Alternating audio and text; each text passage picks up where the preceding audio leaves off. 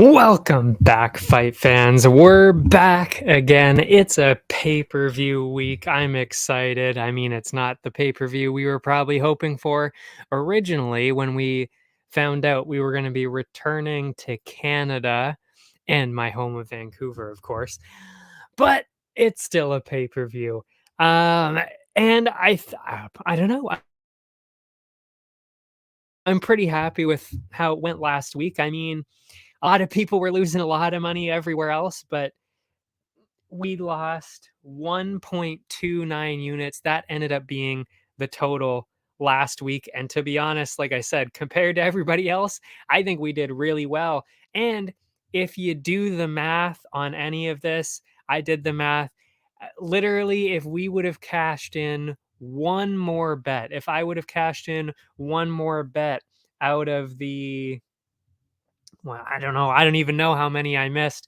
I think I missed about 20 of them. Literally, if I hit one more, we would have been in the green. So I feel pretty good about what we were able to accomplish last week. And of course, that is what we will go through first. We'll go through the bets from last week, every single one I made. Again, there's like 30 or so, and we'll just go fight by fight. And of course, like I said, we will go through these a lot quicker than we used to go through these fights. We're not really going through the fights as much per se. We're really focusing more so on the bets. And I see that we're getting a little bit of lag. I don't know. There's nothing really I can do about any of this. It's just technology being technology at this point. I can't wait to not be in 2023 anymore. Let's get into 2035, where the technology is just way better. I can't wait for those days. Anyway, so we'll open up with that, with the bets from last week. And then we will go on to, of course, this week's bets. And if you noticed at all, if you've been around here at all, you'll notice this is technically, I have switched the name of this show because it really is a completely different thing than it was before. I could call this episode 2. I could call it episode 1. I don't know. I might go back and switch it. So in the future, this may be known as episode 2. I don't know what I'll do. We'll see. We'll figure that out because this really is a whole different thing than we were doing before. And I would say, honestly, a much better thing because I'm really happy with the way that the betting system has been working out. I'm really happy with all of it. And of course, we've got our nice background back. So everything's just looking a lot better. So I thought it made sense to switch everything over to Blue's Best Bets, which is what this will be. This will now be known as, because we don't, Blue FC will turn into something else very, very soon, in less than 6 months, I would hope. And you'll see what I mean 6 months from now when we're there. But Blue FC will turn into something else. And this is now Blue's Best Bets because these are my best bets. And it's with the Blue's best betting system, or as I call it, triple BS. Um, I love a good pun. Anyway, um, so we'll open up with UFC Vegas 74. That was last week. I really hope that it's not lagging too much because I see that we only have one bar of Wi-Fi for some ungodly reason. Who knows? I think it's probably just StreamYard fucking me over again, as always. Anyway, so first fight, that was Grishin and Linz.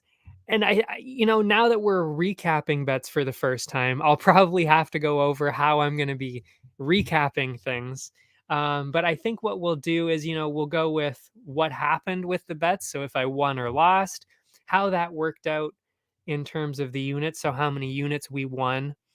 And then kind of go into like, did I make a mistake in this bet, or did we just is it just a loss? Because I've definitely made some bad. There's always one or two bad bets, I would say, a week so far. Used to be more. I mean, when I first started doing this system about a month ago myself, I definitely had some bad mistakes in there. we're getting there. We're getting there. I still made, I would say, maybe one or two mistakes on this one. I actually felt pretty good about how this card came together in terms of the bets. So we'll get into which bets were bad, which ones were just so close. I could almost taste it. I mean, really, there were a couple of bets here where I was like, "Oh, we're cashing this in, no problem now." Even during the fight, I was like, "Oh, we're cashing this in for sure," and then didn't get it. So, first fight, that was Grishin and Linz, and the two final bets that I ended up with, because again, it's written in the description now. I do end up not necessarily changing my bets from Wednesday to then when I actually put them in on Friday. The odds change, yes, of course. And I do add in a couple of bets, but not too many of the actual bets I get rid of. Like, I usually just add on top of them with more bets. That's essentially what I do. I don't tend to switch too much. And in the future, I probably will, and I wrote that in the description as well. In the future, I probably will be, as there's more people watching and actually taking these bets and using the system, I will then update people on Friday, probably when I'm actually making, like, for sure, I'm going to be making these exact bets. I will then update uh, anybody who's interested on Twitter. Probably that's how I would be doing it. And then possibly even on Saturday during the day, like before the fights, if I'm watching them live, because sometimes I'm a couple hours behind. If I'm watching them live, I might say, half an hour before the fight or so, or even just before the fight, be like, this is what I did for this fight. So we'll see. We'll see how it goes. I mean, again, this is an evolving process. We also don't really have a huge audience, obviously, watching this yet. But as that grows and as the system gets a bit more flushed out too, as well, then I will start doing that as well. Um, yeah. So again, Grishin, Linz. Now we are actually starting the recap process. So, and again, this is going to be, unless I say otherwise, and again, this is in the description. It's going to be in the description of every single one of these. This is 1 unit for all of these bets, unless I say something else. This is all 1 unit for the bet that I say. So the first bet being Grishin, I took the Grishin money line. I was waffling back and forth. I said that last time. I remember saying that. I was waffling back and forth. And to be honest, this was the mistake. This was genuinely, in the first fight of the night, this was the clearest mistake that I made on the card. I do regret that completely because it goes against what I literally said, which is, and I will keep saying every single time, every single stream, I will say this: if it's close, you take the underdog. It was close. What did I do? I did the underdog. I took Grishin instead. And I mean, did I have a good chance of winning with Grishin? I think so, but didn't cash in. Stupid. Take the underdog if it's close. That has proved it right there. And so we lost that. That was a 0, of course. Grishin losing. That was a -138. So again, he was not the underdog. It was, yeah, just that choice. That was bad. I will admit that was a mistake. The second bet, I took the under.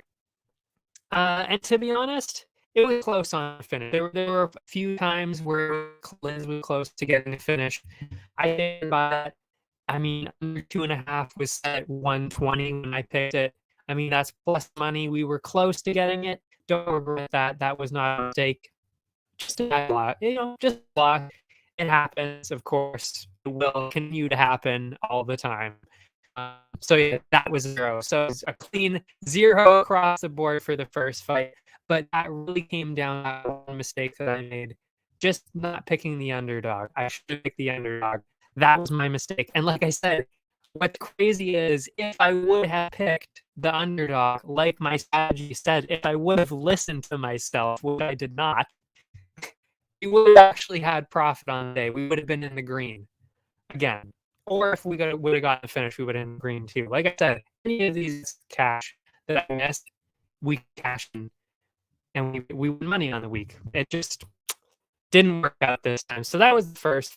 The second fight, that was Juan Lacerda, Blackshear. I ended up with dog on that one. Like I said, it was close. Went for the dog. That strategy. He was at plus 120. We cashed that in. So that was 2.2 units right there, which did bring us closer because then, like I said, we 0-0 on the first fight. That brought us back up a little bit. What else brought us back up? We all cashed in on under 2.5 there. That was at plus 140. So already you can see some good bad stuff at that point, at least up until that point, I would say, because that was 2.4 units. That means we were at 4.6 units with 4 investment. So we were up 0.6 units at that point, even though I did make the mistake in the first fight, of course. So it was looking pretty good there. I liked where that was going. So obviously, no problems there. We cashed in both of the bets there. Obviously, very smart picks there. Nothing to say about that. Lacerda and Blackshear. Blackshear looked really good, though. He really did.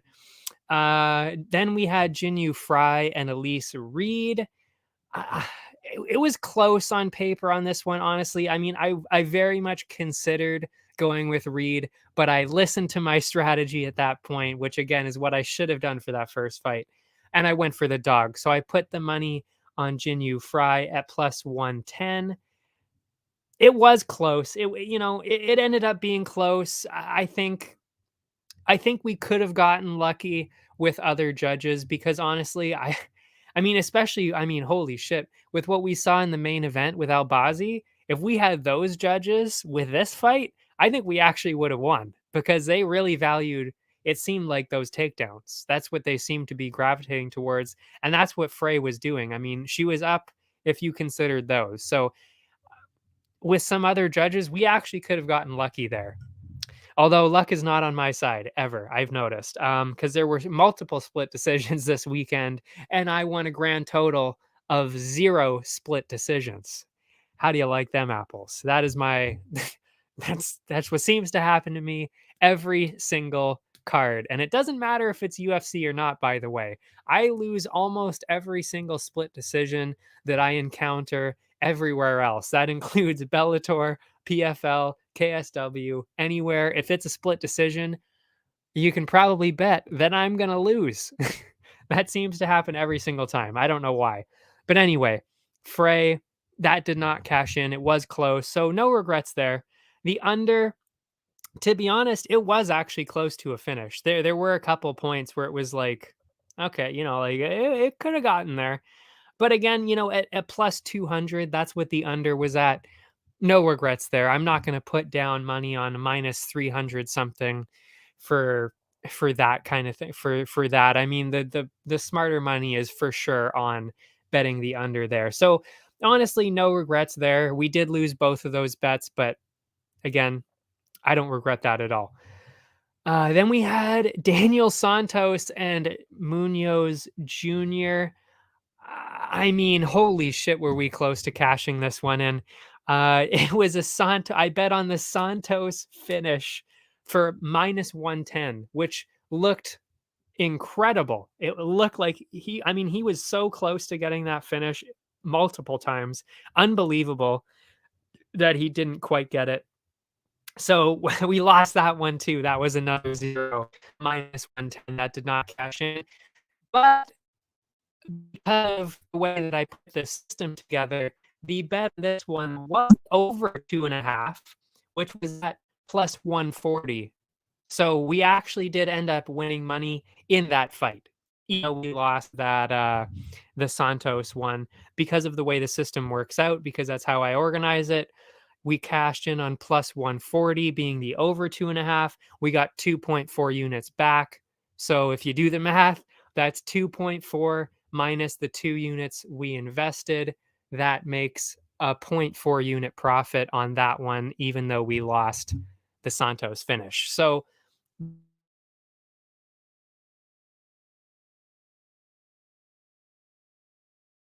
the system, we have a comment. Who is this?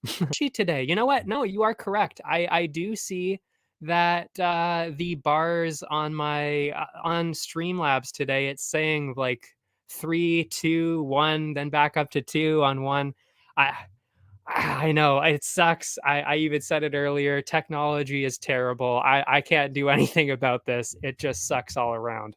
My apologies. And I used to stream all the time too.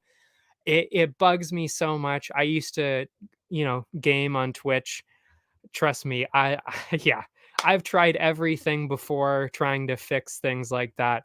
There's nothing you can do. You just gotta deal with it. If we've all got to deal with it. I've got to deal with it. The viewers, I mean, it just sucks.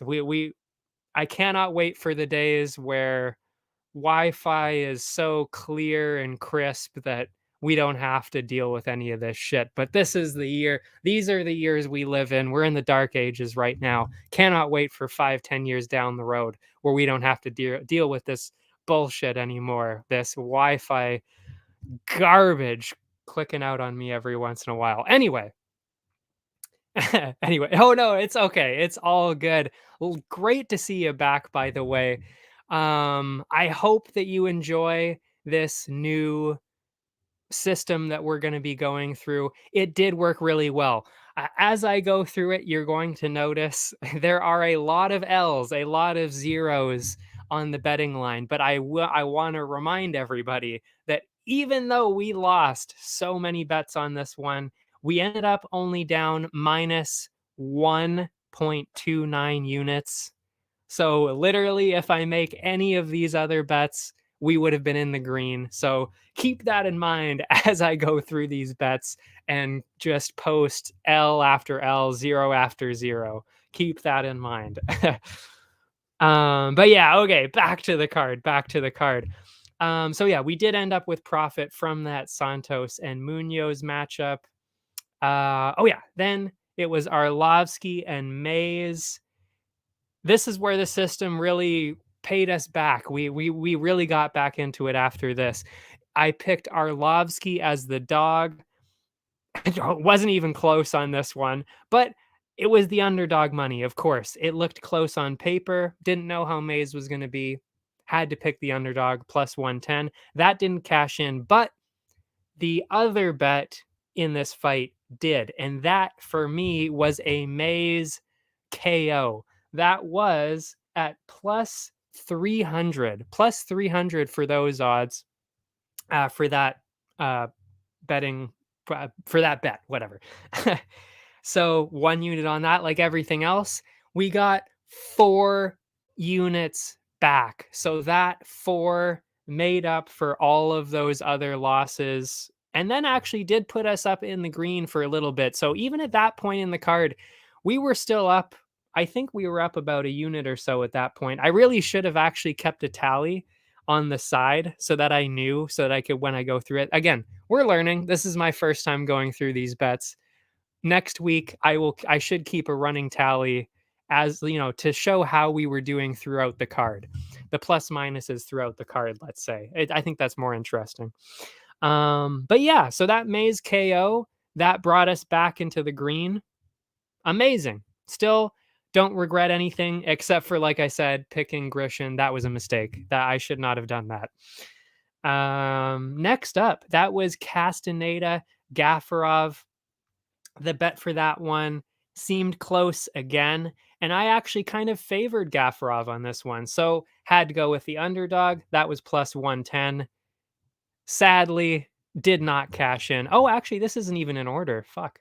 That's right. They changed the fight order at the last second. Well, this is the order that I have it in my bets. So we're going to go in this order. My apologies. This is not how it worked out on the card because they switched the bout order quite a bit. But yeah, Gafarov did not work out. He did not get that win there. And that was where he got the point taken away. So, he doesn't get the point taken away. He still would have lost technically, but maybe it works out a little differently. Again, no regrets there. And the other half of that bet ended up being the under 2.5. We were close to a finish. That was at plus 120. So, I mean, we win either one of those.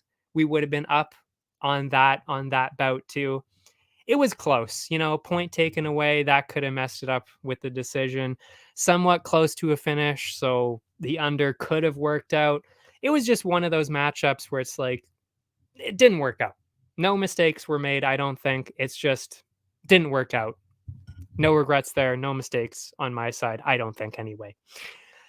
Then we had Zaleski and Nurmagomedov. I said this last time. I mean, if you if you see a Nurmagomedov at even money, you got to put money on the Nurmagomedov. I'm sorry. So I had to do that. And it was dead even. It was minus 110 on both sides. We went through this last week. Had to go with Nurmagomedov.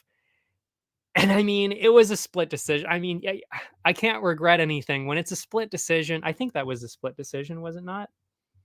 Oh yeah, it was. It was a weird one because I actually still thought that I honestly thought Nurmagomedov won. To be real, I really did. So we could have gotten lucky there, but like I said, a split decisions never work out for me. I don't know the last time I've won a split decision. I regularly, in fact, almost exclusively lose split decisions. They are they are my kryptonite. I don't know what is wrong with me in split decisions. I never win. Never win. Brutal. So we got just screwed on that one too. The under, it was actually close to a finish. I mean, most Nurmagomedovs are safe bets usually, but yeah, tough luck. Yeah. Yeah. Yeah, that was a rough one. I mean, holy shit. If we want to talk about rough luck, we will get into the the Kai Car France situation because that screwed me tremendously. I would have been way up if he would have gotten the nod that he rightfully deserved. But anyway, I digress. We will get into that later. Yeah, Zaleski was even close to a finish. So if he would have gotten the finish, we would have cashed in. We would have had profit. So again, it's just bad beats on both sides. Nurmagomedov wins the split decision or wins a decision, we get money. Zaleski gets the finish, we get money. Neither one of those situations happens. We get a split decision for Zaleski, no money, 0-0, L's across the board. But again, I honestly don't think there were any mistakes there. It was just the worst luck you could possibly have on a bet like that. Nothing wrong. There's nothing I could have done about that. Except for, of course, if I would have picked Zaleski, but I don't regret that at all. Then we had, and again, this was earlier in the card, but they mixed up the orders. Malarkey and Naimov. Oh my God. I wasn't like anybody else in that I put him in all my parlays because I did not. Because I even said last week, I trusted Malarkey, but I didn't put him as my main one. I did not put him in my sniper pick position. I didn't include him in all of the parlays. So he didn't screw me too bad. But yeah, I mean, I had him by finish, Malarkey finish. That was minus 138. That would have been nice to cash in. Obviously, that did not happen. And on the other side, I had the over. Because I was like, well, you balance it out like that. You give the huge favorite the finish, brings the odds down on that side, and then you put the over plus money. It was a good balance. It was just, who saw that one coming? I mean, Malarkey getting absolutely destroyed like that. Because if anything, because I wasn't really, well, it's not that I wasn't convinced about Malarkey. It's that I thought over the long run, if Naimov was going to win, I thought it would be the decision. So to see him get finished like that, I mean, I really did not see that one coming at all. I don't think there's any way I could have prevented that with my bets at all. I mean, that was just insanity that happened. So again, 2 more L's, 0-0. And by the way, I don't know what you thought about the stoppage itself with Malarkey. I kind of thought it was a little bit early. I don't know if it would have really made much of a difference because he did really seem pretty out of it after he got up. So I'm not sure if it was too early or not, but when you were watching it, it did seem a little bit early. I don't know. I don't know how you feel about that one, but again, would things really changed if you would have let it go a little bit longer? Tough to tell. Tough to tell on one like that. So again, don't really regret the bet on that one. Just a little lucky all around. That's a good one. I'm showing that on here. Oh, what? Why is why is it working? I'm gonna put your comment on it. Can't post comments to some destinations. Well, I don't know why technology. Oh, here we go. Now it pops up. See what I'm saying? Technology's all over the place today. What's going on here? Good joke. I like it. But yes, it is just a bunch of malarkey going around. No more malarkey than, of course, the main event. But again, we're working up to that. Then the card starts to turn around for us, which I figured was going to happen because I did feel way more confident about the main card than I did the prelims, because there were a lot of weird matchups going on in the prelims where it was like, could really go either way here. I felt a lot better about the main card, and that is exactly what happened. We got all of our money back on the main card. So that was Silva. What is her first name? Silva. Is it Natalia Silva? No. Is it? Is it Natalia Silva? No. That's the other Silva, because there's Silva 2 cards in a row. Oh man, whatever. Whichever Silva this was against Souza. I mean, I knew this was going to be a completely one-sided affair. I mean, I looked at the tape. I mean, it was not even close. And not only that, she ended up being my sniper pick. Karine Silva. Yes. Thank you. It was Karine Silva ago, because I knew she was going to be somebody that's insanely good, and she really is. So I went for the Silva finish because all of her wins have been by finish, and I knew it was going to be one-sided, especially on the ground. So it was like, I think this is going to be pretty quick. So I put the money on the finish. That was minus 110. I mean, minus 110 for a Silva finish. I thought that was pretty solid. Put the 1 unit down, of course. We got 1.9 units back. I mean, not huge money, of course, but still looking pretty good. It gets us some of the units back. What did win us money, though, is I did not do the under 2.5 for this one. I was so confident that she was going to get an early finish that I went the under 1.5 on this one. And that was at plus 162 when I took it, put the 1 unit down there, got 2.62 units back. So, I mean, Silva gets us, the 2 units we put in, that's what, 4.5 units. So that's a 2.5 unit profit just on that one fight, because she's as good as I thought she was. Amazing. That gets us some of it back. So that was a good one for us. Then we had, of course, oh my God, the legendary Jim Miller. Can you believe that knockout? Oh my goodness. I mean, I figured he was going to win pretty easily. I had him in most of my parlays because I was so confident, because he's a lot better than people realize. Like I don't, I mean, I guess it's the age that get to people, but I mean, the guy was like doing really well against Alexander Hernandez. Like, I wouldn't say that he was necessarily winning at any point, but I think he won a round in there, and he was definitely holding his own.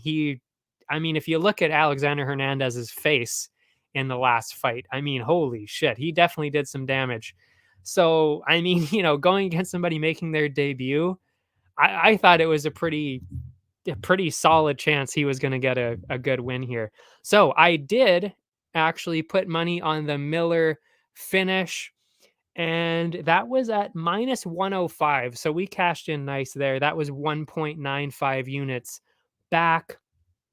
And I did hedge it. I mean, I wouldn't really call it a hedging. It really is kind of just the system that we've been working with the over 2.5, which I'm not sure if I would say that I regret, but it did actually technically mean that I lost money on that one fight, if you do not include the parlays, because technically I invested 2 units and I got 1.95 units back. So technically I lost 0.05 units because of that. you know, like, okay, like that sucks. But I won money back with him with the parlay. So when you balance it out like that, again, the system is pretty balanced out. So when you add the parlays in there, I did end up making money off of this one as well. But yes, if you just include those two bets, I did technically lose 0.05 units. And yeah, I really do hope they give him a good matchup on UFC 300 as well. I mean, I think pretty clearly he's obviously going to make it there. There's no question about that now. I mean, he could realistically wait. He's not going to, but he realistically could wait until then to fight. He'll probably have one before that. I mean, because UFC 300 is probably going to be in about March, maybe April. So, that's one fight in the fall or winter. And then he comes back, UFC 300. There you go. So he's right there. He's definitely right there. And I mean, they treat him pretty well. I mean, I think his next matchup is probably going to be a tough one. I would imagine. Like, I don't know how the next one's going to go, but after that, I think they'll probably give him something like this, where it's like, you should really win this for sure. You like, you're not going to lose to somebody making their debut like that, especially on short notice. So I could see something like that happening again. Maybe not short notice, but somebody that they know, like, okay, he's got a really, really good shot here. Then we were at Caceres and Pineda. That was the co-main, and holy shit, was I robbed on this one. I could not believe what I was watching on this. I picked the Caceres finish. Oh my god. I cannot believe he did not get the finish on this. Over and over, the entire third round, I was screaming. I was like, go for the finish. What the fuck are you doing? It was crazy to watch. He was lighting him up. Pineda was getting destroyed. And then every time he would land something big, he would just stand there. Like, Caceres would just stand there, and then Pineda would just get a chance to recover, and he would never swarm in. Nothing. He never went in. He never went in for the finish. And he did it. I'm not even kidding. It was like 6 or 7 times in a row. He would wobble him. He'd be like, oh shit. Like, he would get hit really bad. And then Caceres would just stand there. He'd be like, just waiting for a move. Like, you don't need to wait. You just rocked him. You did the thing. You did what you were trying to do. Jump in there, get the finish. What are you doing? I could not believe that he did not get a finish out of that. Yeah, insane. It's the same logic guys get when they get a knockdown, go for a takedown. Exactly. Thank you. That I have said that quite a few times on here as well. And that is what makes a difference between somebody who is definitely in the top 15, top 10, that caliber, and then somebody who kind of struggles a little bit, that goes back and forth. Caceres does seem to be one of those ones that does go back and forth, and it is a little bit of fight IQ, and he definitely could have gotten the finish there. But yeah, I mean, how many times have we seen it where somebody gets this crazy knockdown and then they follow them down there, or yeah, go for a takedown, when it's like, you have a clear advantage on the feet. You are going to win if you keep it on the feet. You easily could get a finish if you keep it on the feet. And what do? They follow them down, and then sometimes they lose. Sometimes they get submitted down there, and it's like, what are we doing? Like, what was the point? What was the point of striking against him? What was, you just knocked him down, let him back up and do it again, like, go for the finish. It's crazy. Anyway, whatever. I'm gonna have to say that I don't know how many times in the future again, but yeah, it's maddening when you watch it like that. Especially, holy shit, when you have money on it and you see somebody do that, it's like, oh my god, what are you doing? Like, we could be cashing in, you could be cashing in here, and we're not. What's going on? He could have gotten a bonus, like a finish bonus too. I mean, holy shit, unreal. But he did get the fight of the night bonus anyway, to be fair. So it's not like he didn't cash in big because of it, but still. Although I will say, oh, that was actually at plus 175. So yeah, even that, I did balance it out with the over. So I'm not going to lie, we did still cash in the over 2.5. That was plus 130. But him getting a finish was plus 175. So I still lost money. Well, I didn't lose money on the I won money in the matchup, but I would have had more money had he gotten the finish. And my God, was he close to getting the finish. And by the way, not only was he close to getting the finish, we could have actually gotten both. We could have gotten the over 2.5 and the finish because he was so close right at the end of the fight. We could have cashed in on both. That was a real possibility that could have happened there. I mean, shit. That really, yeah, that one bugged me. Also, I don't know why I did that, but I skipped one there. I skipped Altamirano and Elliott. My bad. I will go back to that one. But yeah, so we did have a little bit of profit there. The plus 130 did get us in the green there with 2.3 units back with the, of course, the 2 units invested there. So we were 0.3 units up there. That was a good one. We got our money back there. One that was bad for me, and I think this was the other mistake that I made, because I maintain that I really only made 2 mistakes on this.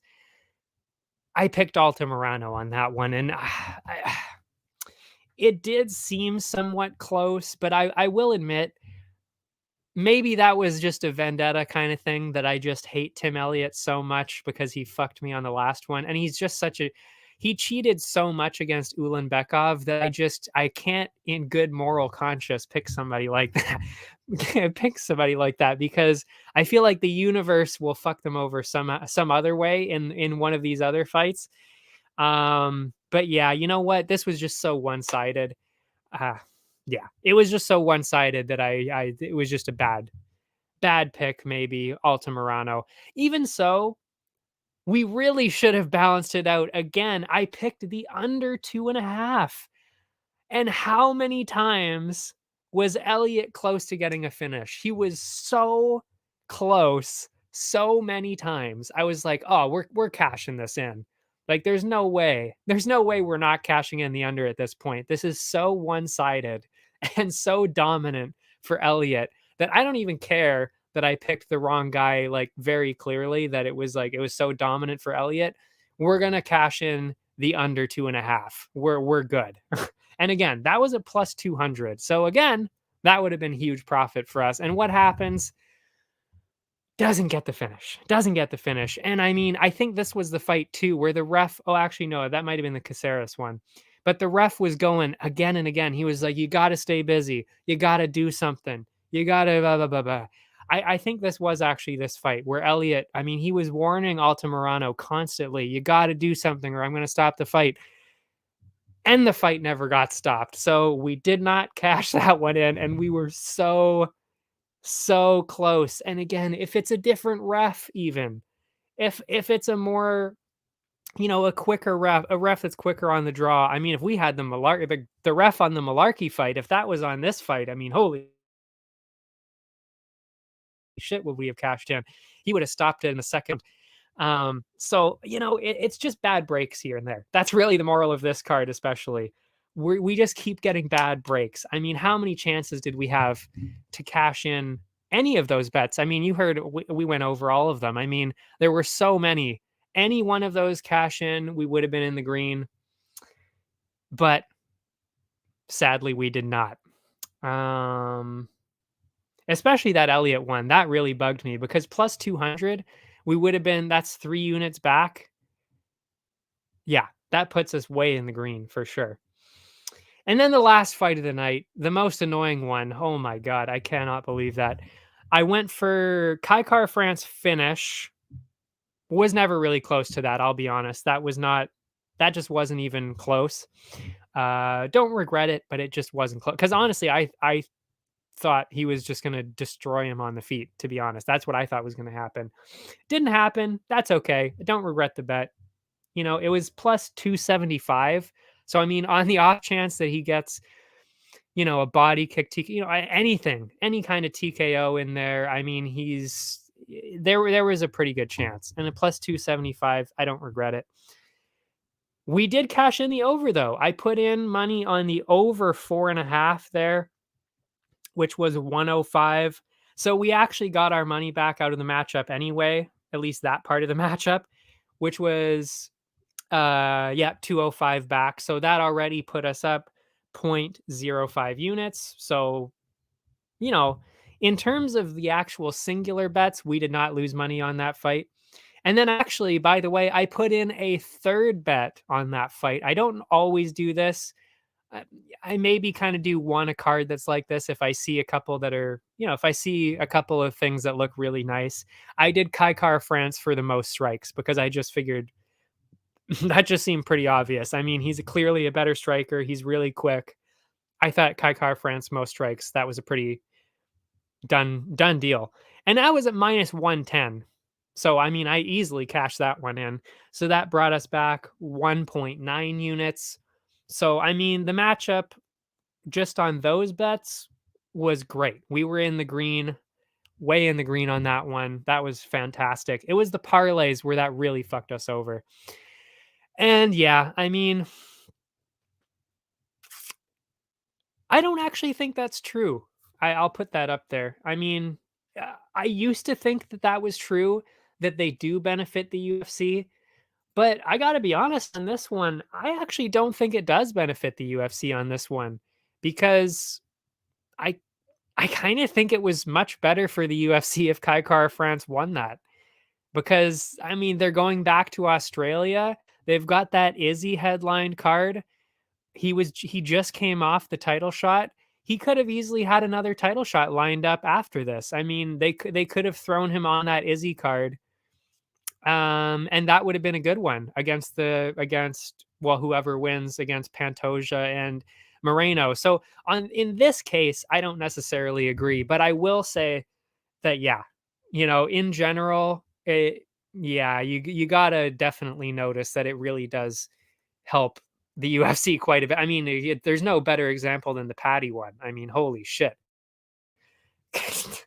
I mean, if Patty loses that, Patty's star like crashes into the ground.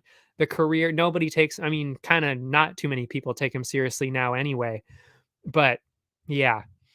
Um, yeah, I mean, Patty winning that decision was just massive for them for sure. If Moreno wins, then we have another rematch for the flyweight decision. That's what I thought anyway. Yeah, that is true, but I got to be honest. You're gonna see a sneak preview of my opinion for fight week there. I got to be honest. I think he's gonna lose. I think Pantoja is very clearly the best in in the division. I got to be honest. I really do.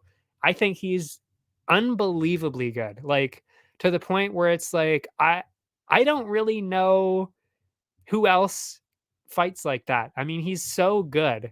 He's insanely good with the submissions. I've never seen anybody that's that just crazy, unbelievably good like that.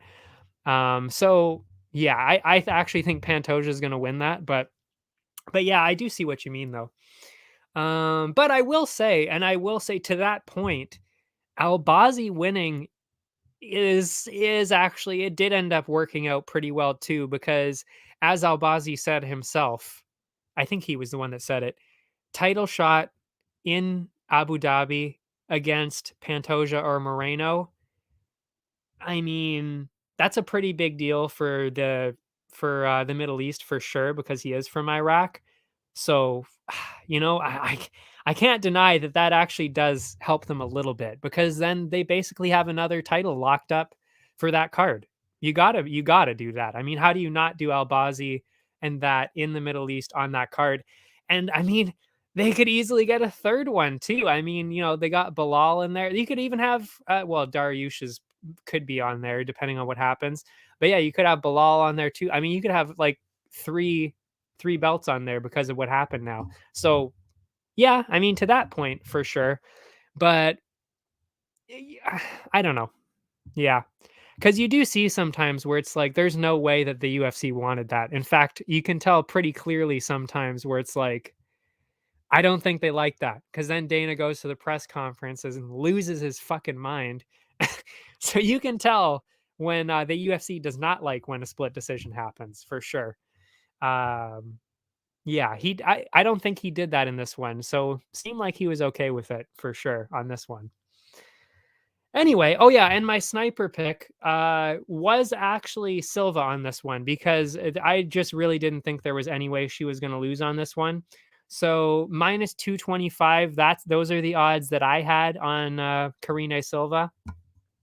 And that, because it's the sniper pick, you got to put it all in. You go all in on the sniper pick. That was 5 units on Karine Silva, cashed in big on that one. 7.22 units back, of course. So that puts us up 2.22 units on just Karine Silva winning in general. That's the strategy, folks. Sniper pick.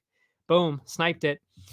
And then of course we go to the parlays. I didn't go over all of the parlays because I tend to set them up, like I said, more so on Friday. But the parlays ended up being, I kind of label them A, B, C, A, D, F, B, C, E. I kind of label them just because it's easier for me. So basically, the people that ended up in the parlays were Silva was A. So because she's number one, because I kind of rank them how sure I am that they're going to win.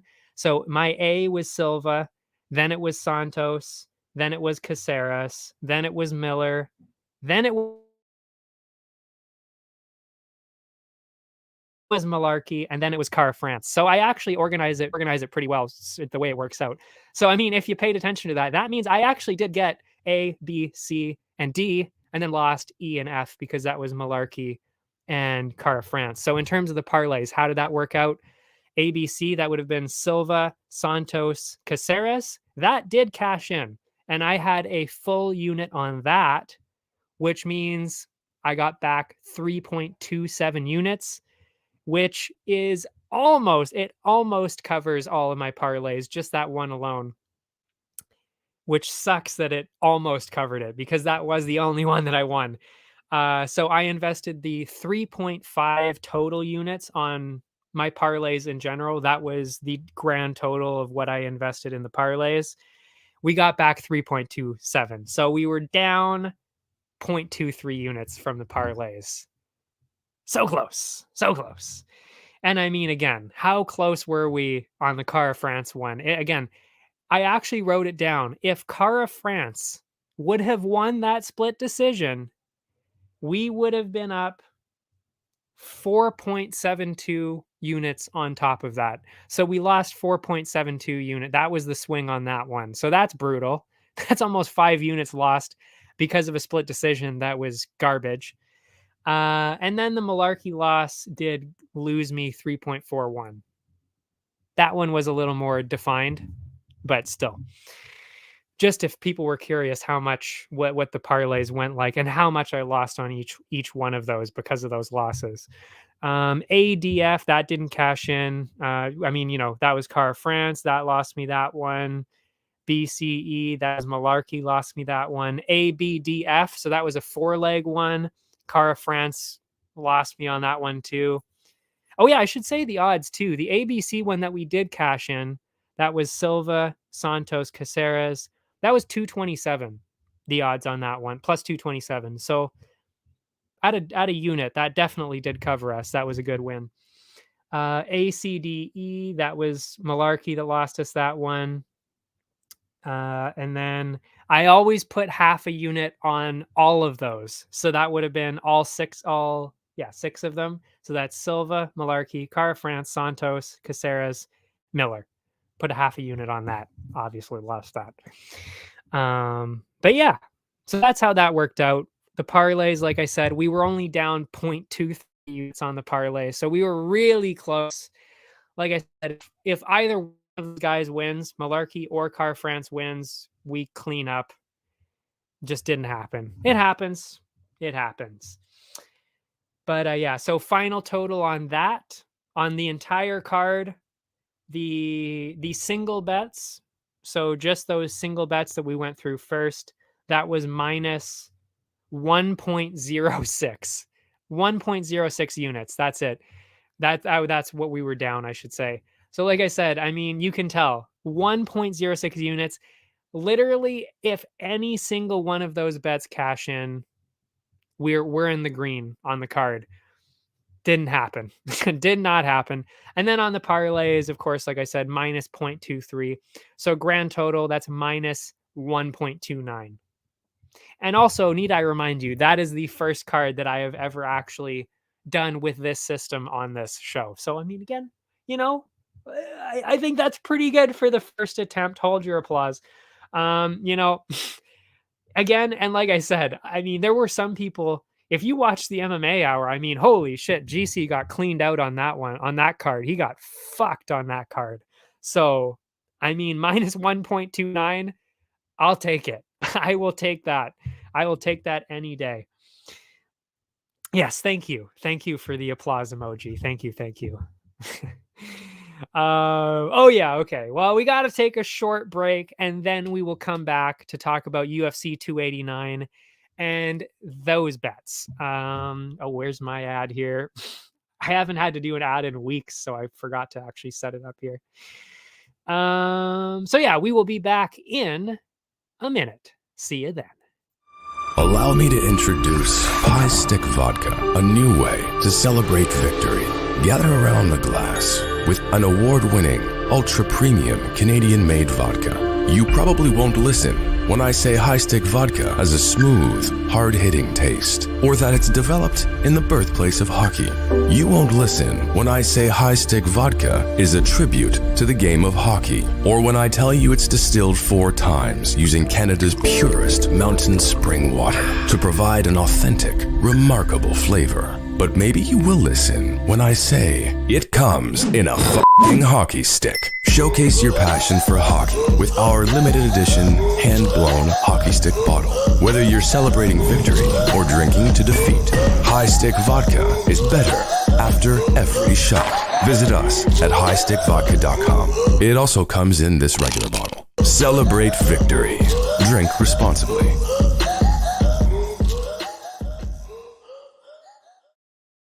And we're back. So, UFC 289, Vancouver, my home. No, I'm not going, sadly. But I mean, it was also wildly overpriced for what we ended up with, especially. So I'm honestly not even choked about it. I'm just choked that Vancouver might look like oh, excuse me. I'm just choked that Vancouver might look like shit after this because I have a feeling that the fights are not not going to go well for us Canadians, which means I feel like the crowd is not necessarily going to be all that enthused. We'll see. I'm very interested to see how this crowd is going to turn out. We do tend to show up to things early, so I feel like the crowd will be nice early. But like I said, I mean, when the Canadians are going to start losing left and right, I mean, well, we might be in for some trouble here. I don't know. And I mean, need I remind you what happened when the Vancouver Canucks lost the Stanley Cup? I mean, we rioted for literally a riot. I mean, you know, yeah, not a card to really go to. Yeah, not having a good week and that will continue. Yeah. Yeah, it's going to get brutal. I do see a couple of wins happening for us here, but I'm not going to lie. It's looking rough for sure. So we will get into this this card now, and I will say, while I'm giving you the bets, whether I think I'm going to be changing or adding to them throughout the week, this first matchup, I don't think I'll be changing at all. That's Oliveira. No, wrong Oliveira. Wow, this is Maria Oliveira. I need to make that very clear. Not other Oliveira, not Charles Oliveira. This is Maria Oliveira against Diana Belbita. That's the first fight of the night. It's very, very close. Belbita does train in Canada, so, you know, she's going to really want to win this one. I'm not sure. I'm really not sure about either one on this one. So I'm going with the underdog. Right now, it's basically even money. But whenever you put your bets in, put it on the underdog, whoever that is at the time. Right now, that is Oliveira minus 109. And I anticipate that that probably will stay the same because Belbita is training in Canada. So I feel like betting line's going to swell in her favor. That's just my guess. But yeah, putting it on the underdog on that one. So I'm going Oliveira. The over under, I mean, you gotta like minus 300 for over 2.5.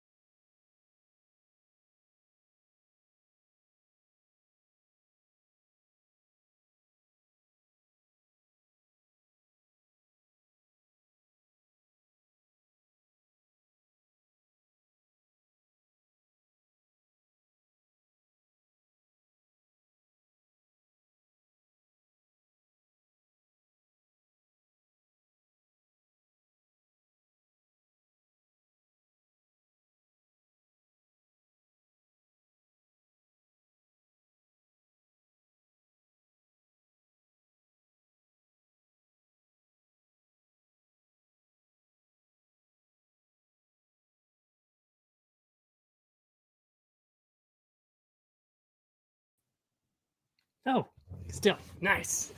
Oh shit! Almost knocked over my laptop. We're back. Nice. I switched over to my mom's Wi-Fi instead of my Wi-Fi. We're good. I can't believe it actually stayed there. Like the whole window was gone. I can't believe it actually stayed with the studio there. That's really weird. Anyway, hopefully everything's good now. Oh, thank you. Okay, it does work. Good, good, good. Thank you. What a terrible technology in general. I don't know. Anyway, now we can actually get into the bets. I don't really remember what I was saying though. I think I was doing, oh yeah, the under. Yeah, there's no way that I'm putting money on the over with that. I mean, minus 300, there's absolutely no way. So now, oh my goodness, now I need to get back bet 99. The odds aren't, oh my goodness. Long story short, I will definitely be doing the plus or the over 2.5 or under 2.5. My bad. At 220. Okay. So yeah, those are the two bets. I will not be changing those. So that would be the underdog, whoever that may be at the time of your betting. Right now, that is Maria Oliveira, not Charles Oliveira, and the under at plus 220. So that's what we're sticking with right now. Second matchup, that is David Dvorak, Steven Erceg. Dvorak was supposed to be fighting, I believe it was supposed to be Matt Schnell. That fell through. That one of the many great matchups that fell through. Instead, we get late replacement UFC debut Erceg. That we just saw how that normally plays out with Miller. Not looking good. So definitely going Dvorak direction with that. And I will be putting him in the parlay. And for this one, I will be going with the Dvorak finish. That will be the single bet in there. Again, Bet 99 doesn't do odds like that ahead of time. And most sites don't actually do that ahead of time. So I don't have odds for what Dvorak finish will be, but that will be what I will be betting on. So again, if you're following along, that's what you would be putting money on. And what are we doing here? Oh, that's interesting though.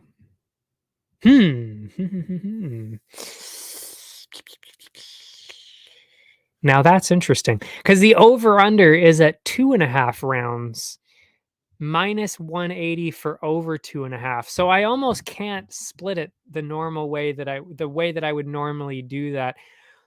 So I might have to take that back. I might actually be betting Dvorak decision, bringing that into plus money, and then under 2.5 for plus 140. That way we have 2 plus values, because that's kind of how I've been balancing, as you may have noticed when I was saying it. You balance it out with 2 plus money bets. So the plus money bets in this case might be Dvorak decision and under 2.5 at plus 140. Those would probably be 2 plus money bets. We'll see later in the week. So that actually might change. Yeah, that's a tough one. That's a weird one. I expected that the under to be favored there in that one. Very interesting. Very interesting indeed. Next up, Kyle Nelson and Blake Builder. This is where I'm not sure what's going to happen for the Canadians here. Nelson is the underdog, plus 200. Builder, significant favorite. To be honest, I really got to say, I don't know about you, but I haven't really been all that impressed with Builder. I don't know. Like, they're really hyping him up, but his fights have been, I don't want to say they were close necessarily, but they kind of make me wonder what he would actually do against somebody who's been in the UFC for quite a while. That makes me a little bit worried. And Nelson, he just fought, he fought Jai Herbert. That was a close fight.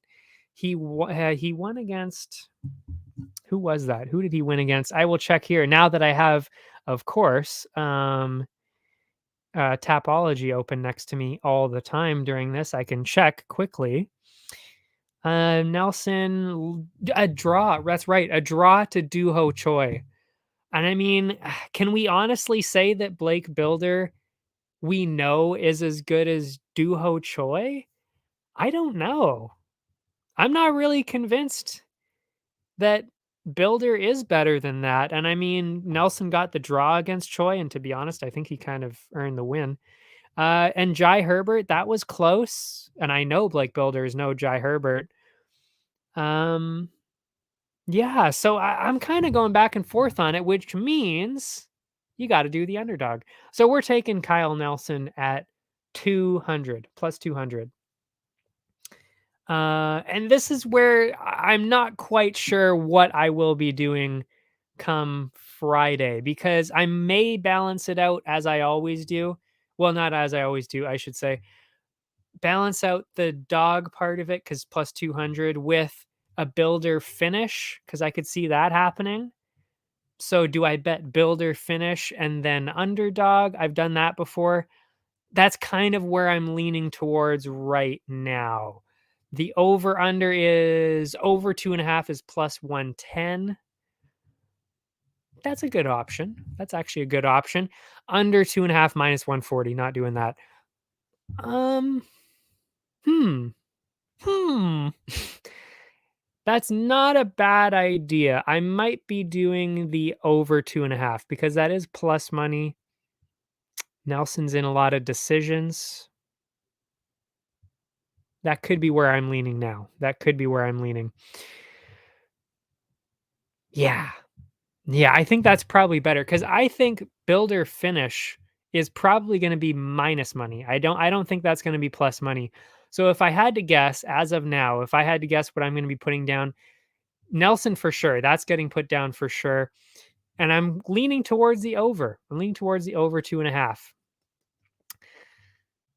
Next up, it is Canadian Eamon Zahabi and Aori Chilang. And I would choose Nelson too, but I don't want to mess up your bet, so ignore me. Oh, trust me.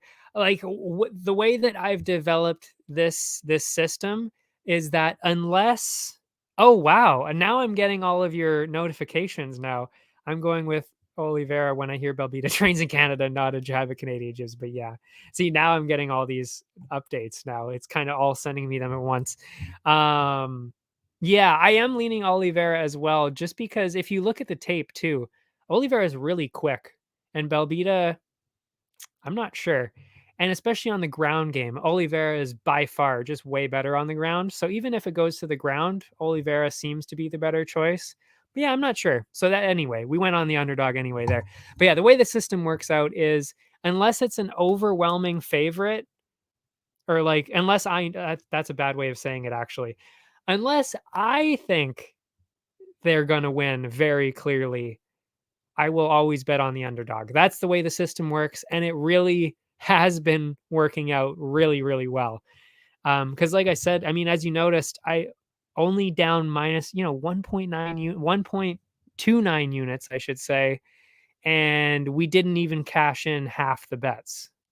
Imagine when we have a good day, when we're cashing in 2/3 of the bets or something like that, which will happen eventually. And I did actually have that happen a couple weeks ago.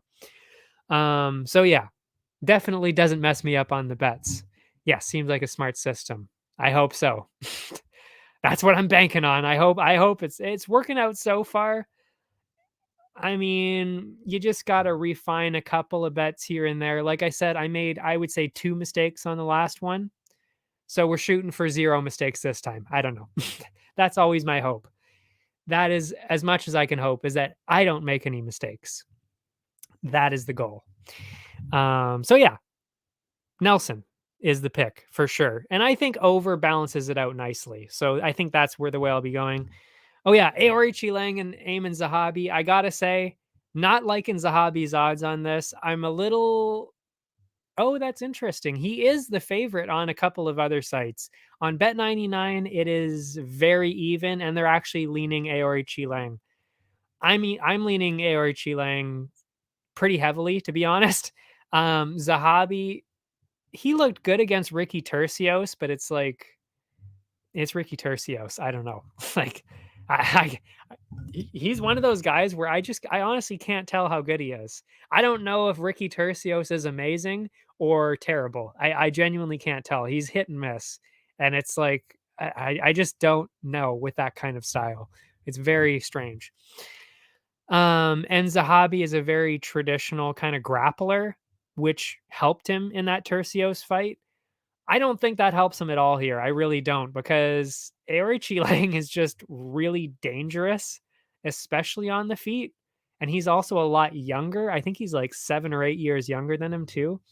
I should actually really be going into Tapology again to really just kind of give you guys the right correct information here.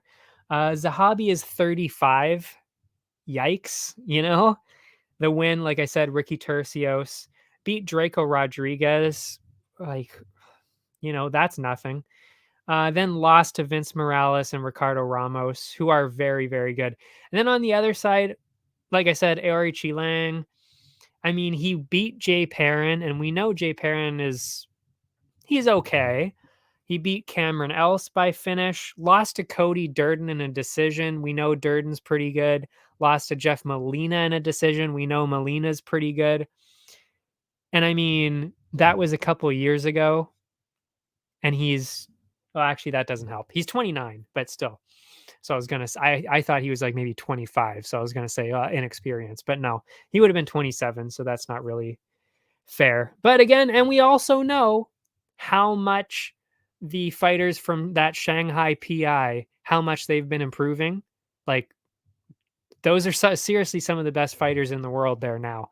So I honestly have a lot of confidence in that, in Aori Lang, the Shanghai PI, and the fact that Canadians just have not been doing well.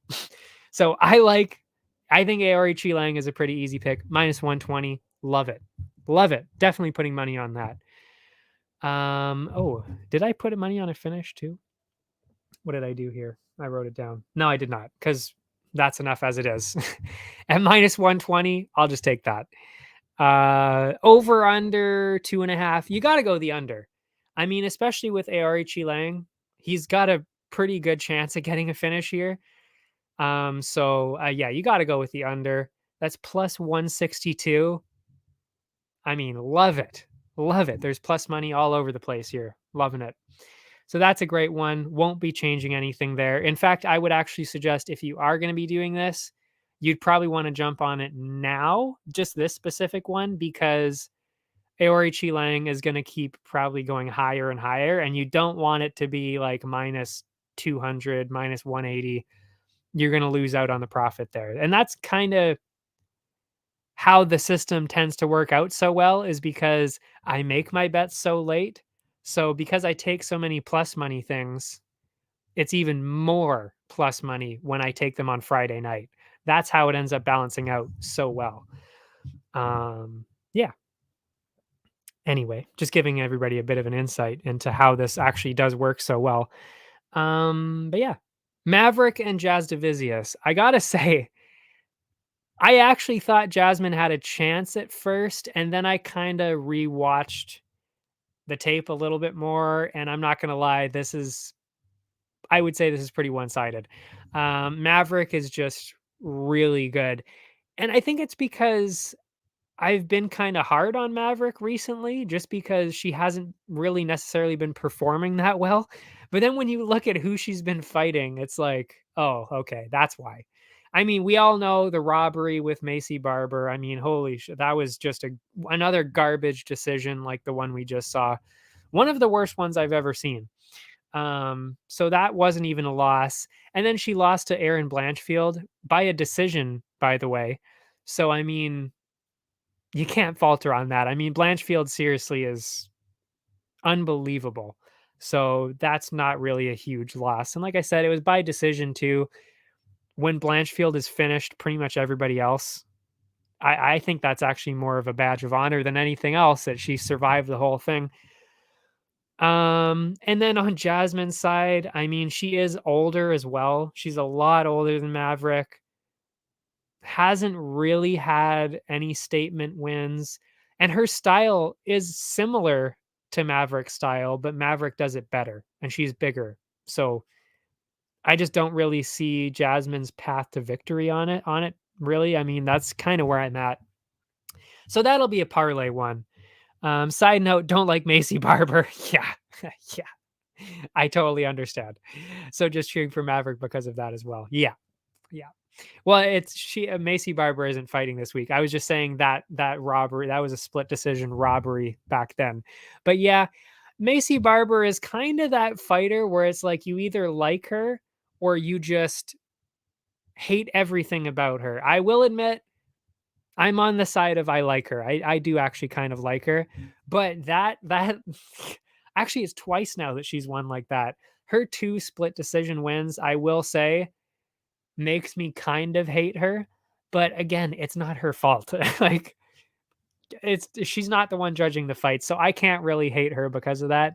But even in general, yeah, I've seen a lot of people say that they don't like her personality or even the way she looks or anything about her. I totally understand. Yeah, it's definitely one of those people for sure. But yeah, oh, for the money though, for the bet, to whittle down those odds to bring it down from minus 313, I'm going with Maverick decision because I do think Jasmine is good enough, well-rounded enough to not get finished. So that's the way I like it on that one. Maverick decision. Plus, we will then balance it out with the under, which is again, that's how the system works. We balance it out on both sides, bring the odds down as low as possible with plus 266. Plus 266 for an under. When it's that one-sided, I mean, just think about that too. When you've got a minus 313 favorite on one side and then the under is plus 266, I mean, if you think they're that big of a favorite, you got to think there's a chance that they're going to get a finish. So, I mean, plus 266, love it. And then, like I said, we're balancing it out by having Maverick decision. That's just the way the odds work out. It ends up being pretty good for us. So again, I actually, now that I'm going through it, I don't think I will be actually changing too many of these bets because they're looking pretty good as it is. It's just that I can't really tell you the final numbers because I don't know them. I will not know them until Friday. But yeah, I can't see myself changing any of these bets really. It was only the Blake Builder and Kyle Nelson one that I'm still kind of on the fence about what I'm going to do. Oh shit. And then this next, actually, no, not the next one. The one after, from what I'm seeing, is something I'm flopping a little bit on. And yeah, it's not her fault or anything she's done, but yeah, I don't really know why. Not my favorite. I've heard that from a lot of other people. I think it's also because she's such a confident person and then doesn't back it up. You know what I mean? Like she kept saying, "I'm going to be the youngest champ in UFC history." And then you see her and everybody's hyping her up. "Oh, she's this next big thing. She's so good. Oh, blah blah blah blah blah." And then you see her fight and it's like, "Bro, you lost. Like you lost to Miranda Maverick. You lost your last fight too. She lost that one too. Come on."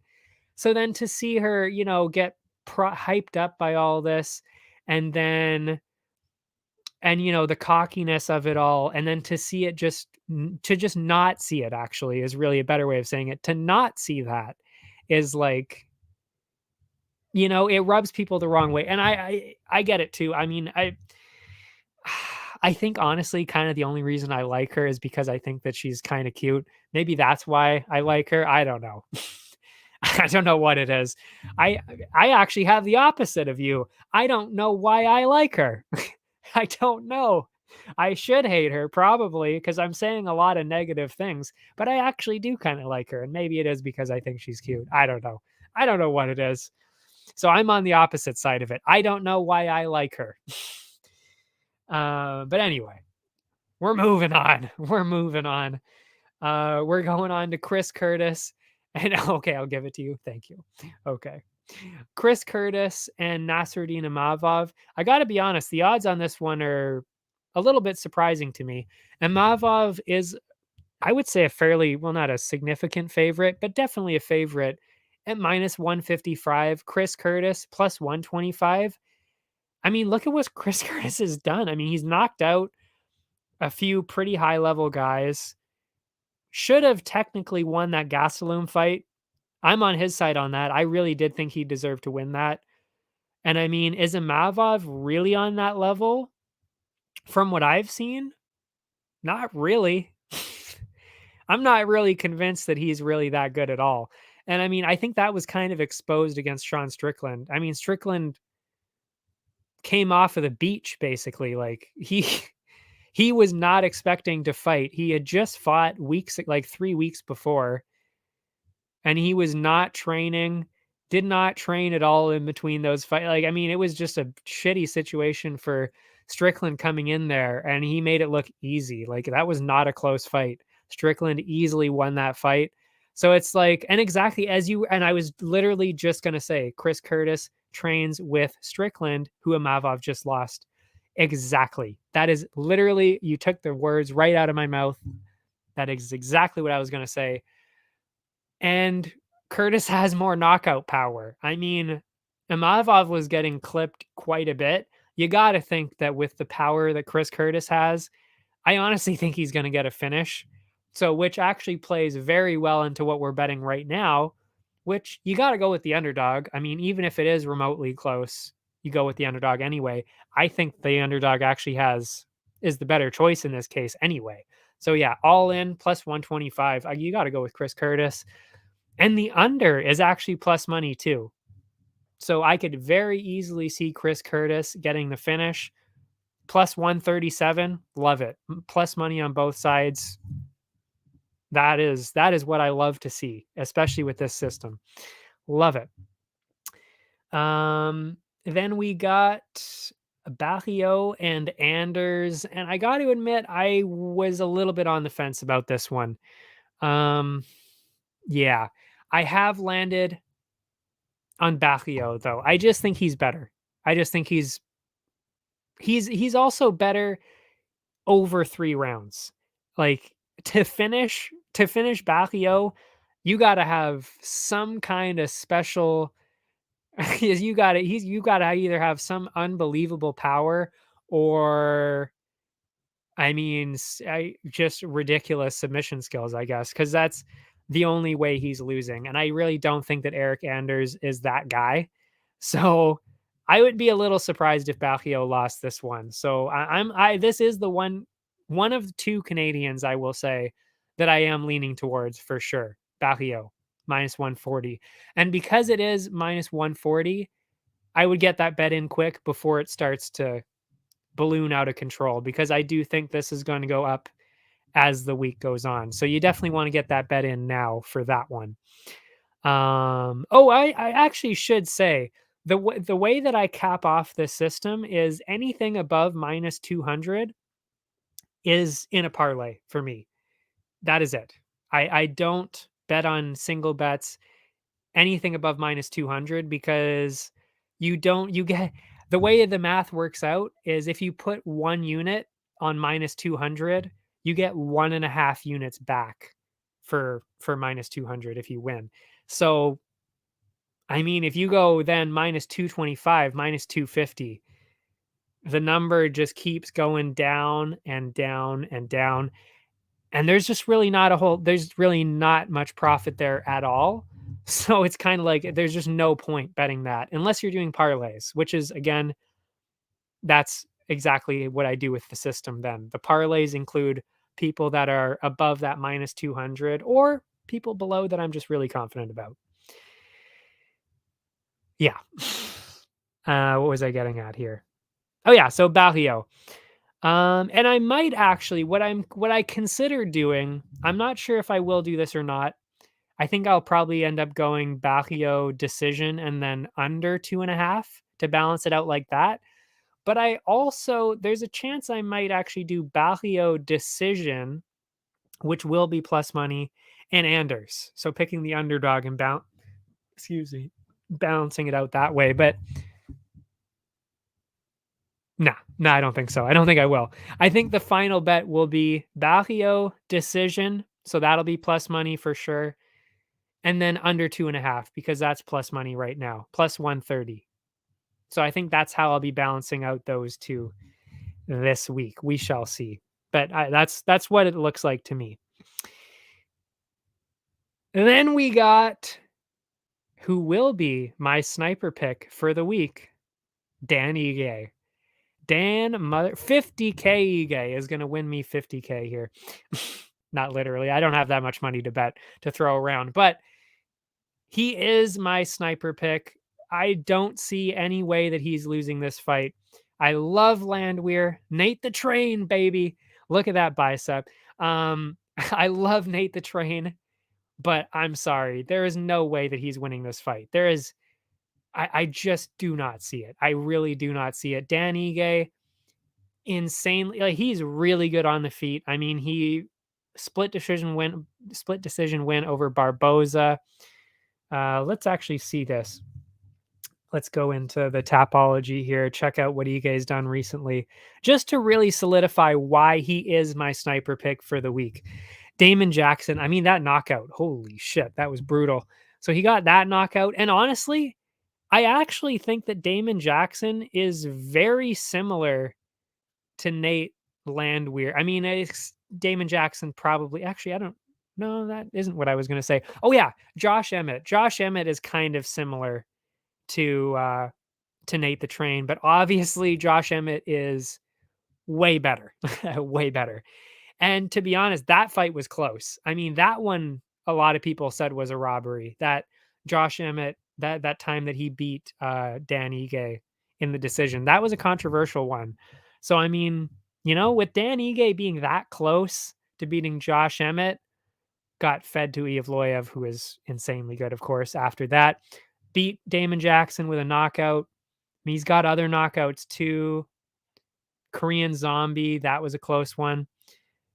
You know what? And I completely agree with what you said there. I was starting to lose faith in him too, in Ige, but the last performance did give me hope. And I do agree. I do think he's going to win a couple. But the point I was trying to make too is the names that I just said. Evloev, I mean, holy shit. He is unbelievably good, Evloev. So to that loss, that's fair. I didn't fault him for losing to Evloev. I knew he was going to lose that one. No matter what, he was going to lose that one. So I was okay with that. Josh Emmett, he won. I mean, I actually thought he won that fight. So I can't even really complain about that. Oh, he lost to Josh Emmett, blah, blah, blah. I actually thought he won that fight. So had faith in him there.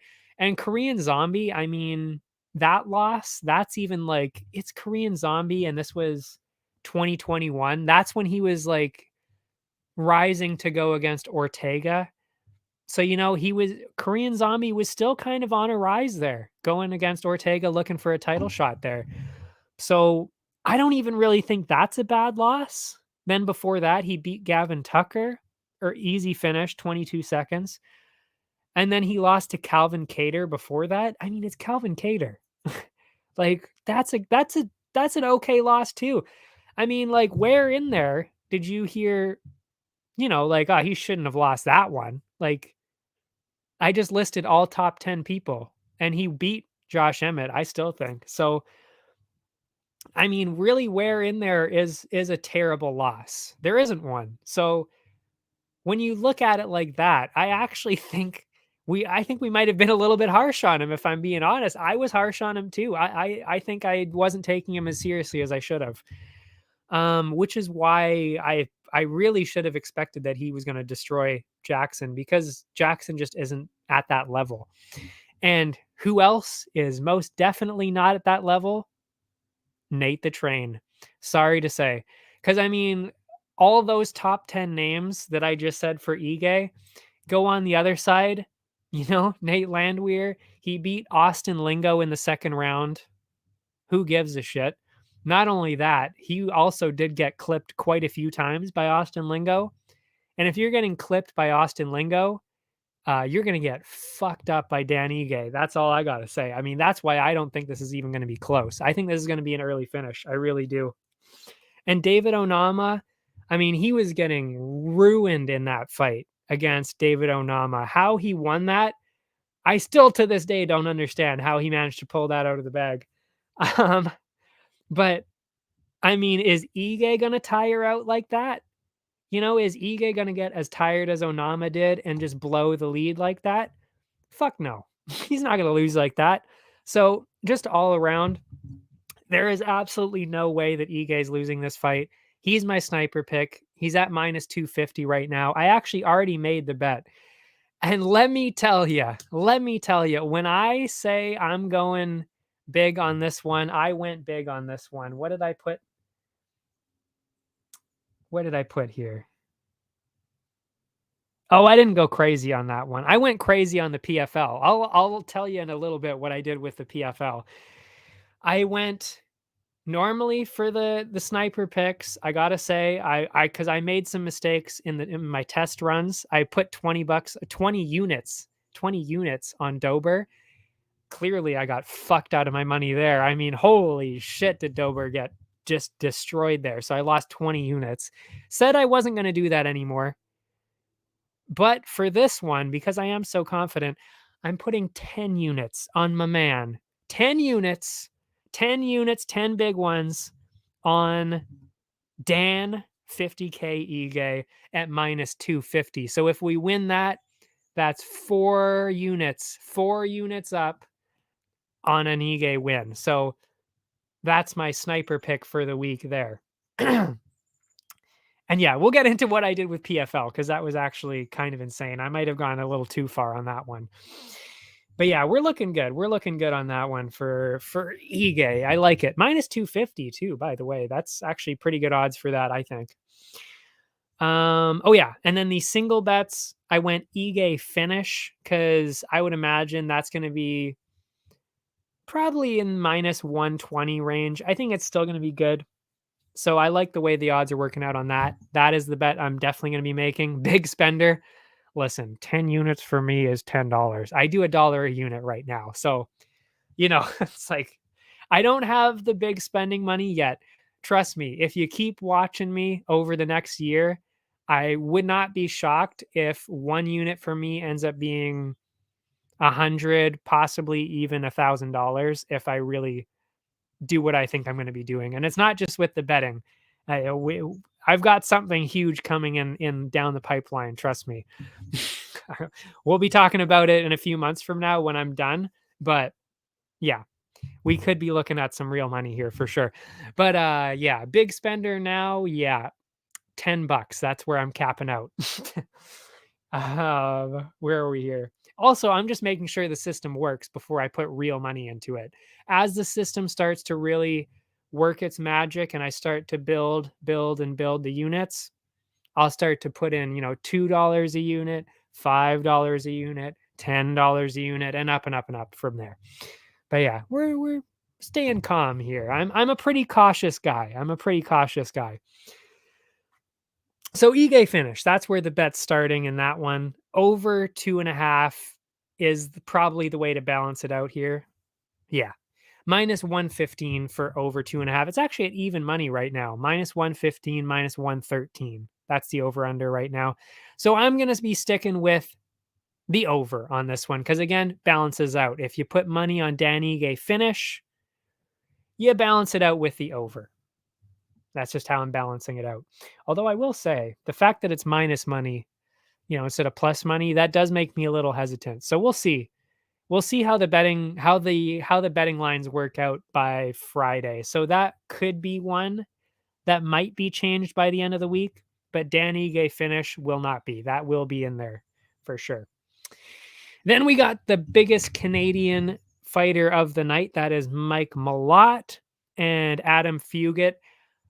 I gotta say, I'm maybe a little bit worried about Mike Malott. Am I the only one? I mean, he's looking really good. He's got some good finishes, but the level of competition has not been high. I mean, Johan Linus, that's questionable. And then what did he do before that again? Let's see here. Going to Tapology. He's also 9-1-1, which is pretty good. It's pretty solid. Mickey Gall. I mean, Mickey Gall, you know, is that really the biggest, it's not great either. Then it was the Contender Series. Like I'm not hugely overly convinced. And on the other side, I mean, Fugit hasn't really done well either, but he's been really tough. I mean, and he beat Yusaku Kinoshita, and I thought Kinoshita was going to run away with that one. I really did. He's just tough. Fugit is a tough, tough dude. And I don't know what that means for Malott as the fight goes on. So I'll admit I'm a little bit hesitant on this one. I'm probably not going to put him too high up in the parlays. I think what I'm gonna do is I'm gonna go always scary to bet on a Canadian. I don't know, man. Yeah, exactly. And that's what we're kind of getting into too. I'm just nervous about that. I think the way to go with this is because the odds are minus 213 now. So that is too high in terms of the system. I said minus 200 is that cap. You do not want to bet above minus 200 single bets like that. So unless of course you're the sniper pick, Dan Ige, of course, put a bunch of money on that. But but anybody else, don't do it. So minus 213. I think I gotta go for Malott finish and then balance it out with the over at plus 190. I think that's the way to go with this one, especially since Fugit, very, very tough dude. Like I said, he is not an easy guy to finish. I mean, he lost to Michael Morales, which makes sense because Morales is insanely good, but he lasted until the third round and he was getting pieced up pretty bad. And I don't really know if Mike Malott, I should say, is even as good as Michael Morales. He might not even be the best Mike that he's faced. So I could very much see this going to a decision. So balancing it out like that, I think is the right way to go with this. Malott finish over 2.5 at plus 190. So both of those should be plus money, which should balance it out nicely. Just in case. Oh, it's glitchy on your end? Shit. Oh, it doesn't seem glitchy on my end anymore. That's sad to hear. But yeah, no, take your time. I mean, I don't care. Like you're participating. I love anybody who participates. It is all good. No need to apologize for anything on your side. Where are we here? So yeah, that's the way to balance that one out. And I like that. I like that way. The Malott finish and the over 2.5. They both should be plus money by the time Friday night rolls around. And then we've got Charles do Bronx Oliveira. Love it. And Beneil Dariush. Oh, that's interesting. I think we lost maybe it is actually glitchy on my side too. Did it cut out there? That was weird. Because I noticed that the number went from 2 to 0 there. So that was weird. It looked like maybe it cut out or something. But yeah, do Bronx and Dariush. It's very, very close. Very, very close. So again, we can't treat this matchup any differently. You have to go with the underdog, and that is Charles Oliveira. And I'm not going to lie, I actually kind of think Oliveira might be the pick anyway. I'm going with Oliveira on Tapology. I just think he's a better striker, to be honest. I think he's just got more power. And they're both, I would say, the same on the ground. I know controversial for some people saying Oliveira, most submissions in UFC history, of course. But Beneil Dariush is also a BJJ world champion. So I think they're pretty close on the ground, safe to say. Whereas Dariush, I don't think he's that great on the feet. Whereas Charles has power. He has knockout power. So to me, I actually think Charles Oliveira has a pretty good chance of winning this fight.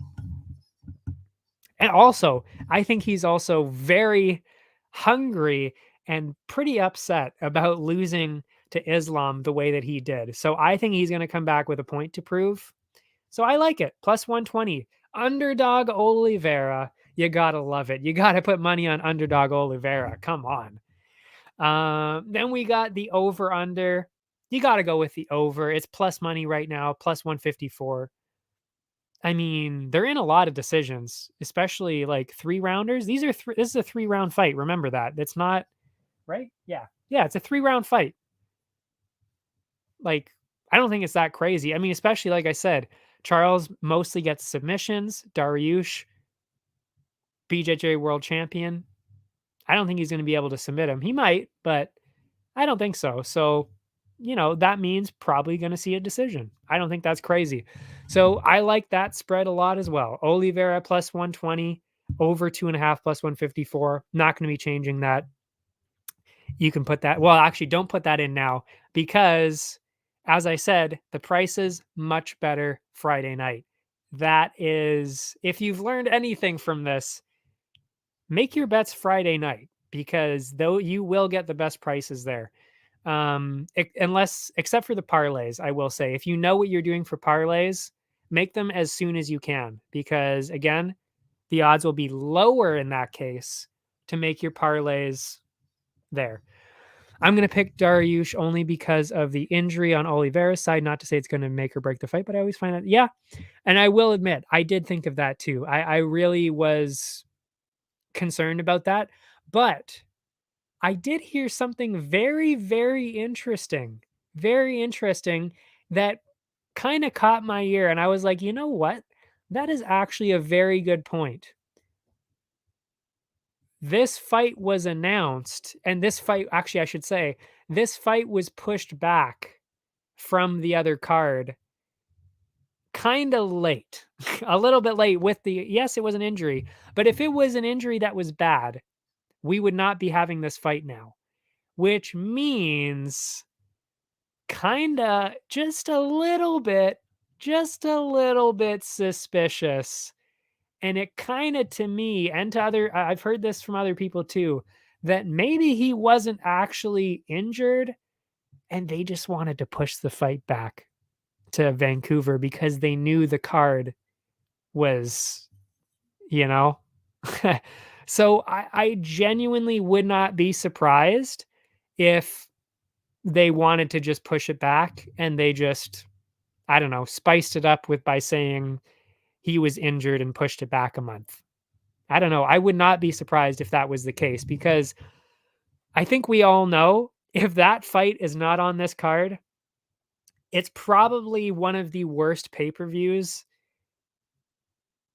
I mean, it would definitely be the worst pay-per-view I've ever seen. What other pay-per-view seriously could compare to how bad that would have been if there's no Dariush or Oliveira? Truly. Like, I cannot think of another pay-per-view that is that low in quality. So I actually think there could be some truth to that they really did push it back like that. But yeah, anyway, either way, I mean, it is so close. That's why you got to go with the underdog either way. But I understand where you're coming from for sure. And yes, the over.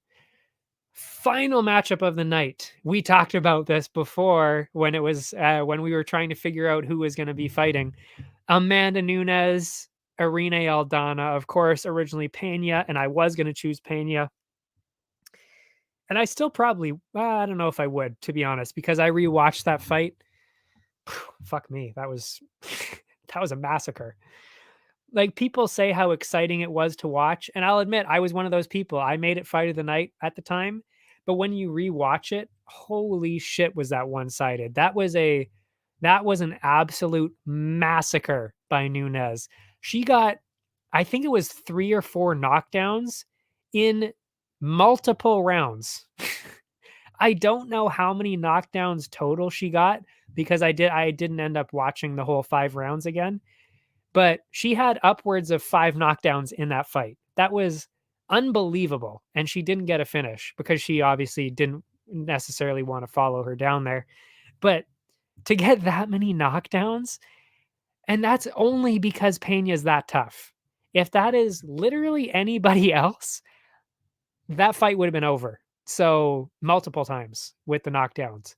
So I got to be honest, I really don't think Aldana is going to be able to keep up with that because I also watched her last fight and I mean, what are we at? That was Fiorot, I think, right? No, Chiasson. Yeah. Macy Chiasson. I mean, she was doing really well on the feet, but Chiasson took her down pretty easily. So, I mean, if Chiasson is taking you down pretty easily, what's Nunes gonna do? You know? Like, she's gonna steamroll her with the grappling if she has to. But I think even with the striking, I should say, I think the power, I think as soon as Nunes lands something big, I think it's gonna be a problem. 'Cause I just don't see her as just as tough as Pena. I'm not sure. I don't know, actually. I don't know about that. She might be as tough. It's tough though, but, I can't believe I just said tough that many times. Did you watch The Ultimate Fighter? Also another tough. It was a good episode, actually. Um, what am I saying? What am I saying here? That being said, Nunes win plus retirement as my pick. Honestly, that would be my pick too. If I could bet on Nunes retiring, if there's a line for that out there, I'd be all over that. I would. I really would be. I think that's actually a pretty safe. I would not be surprised.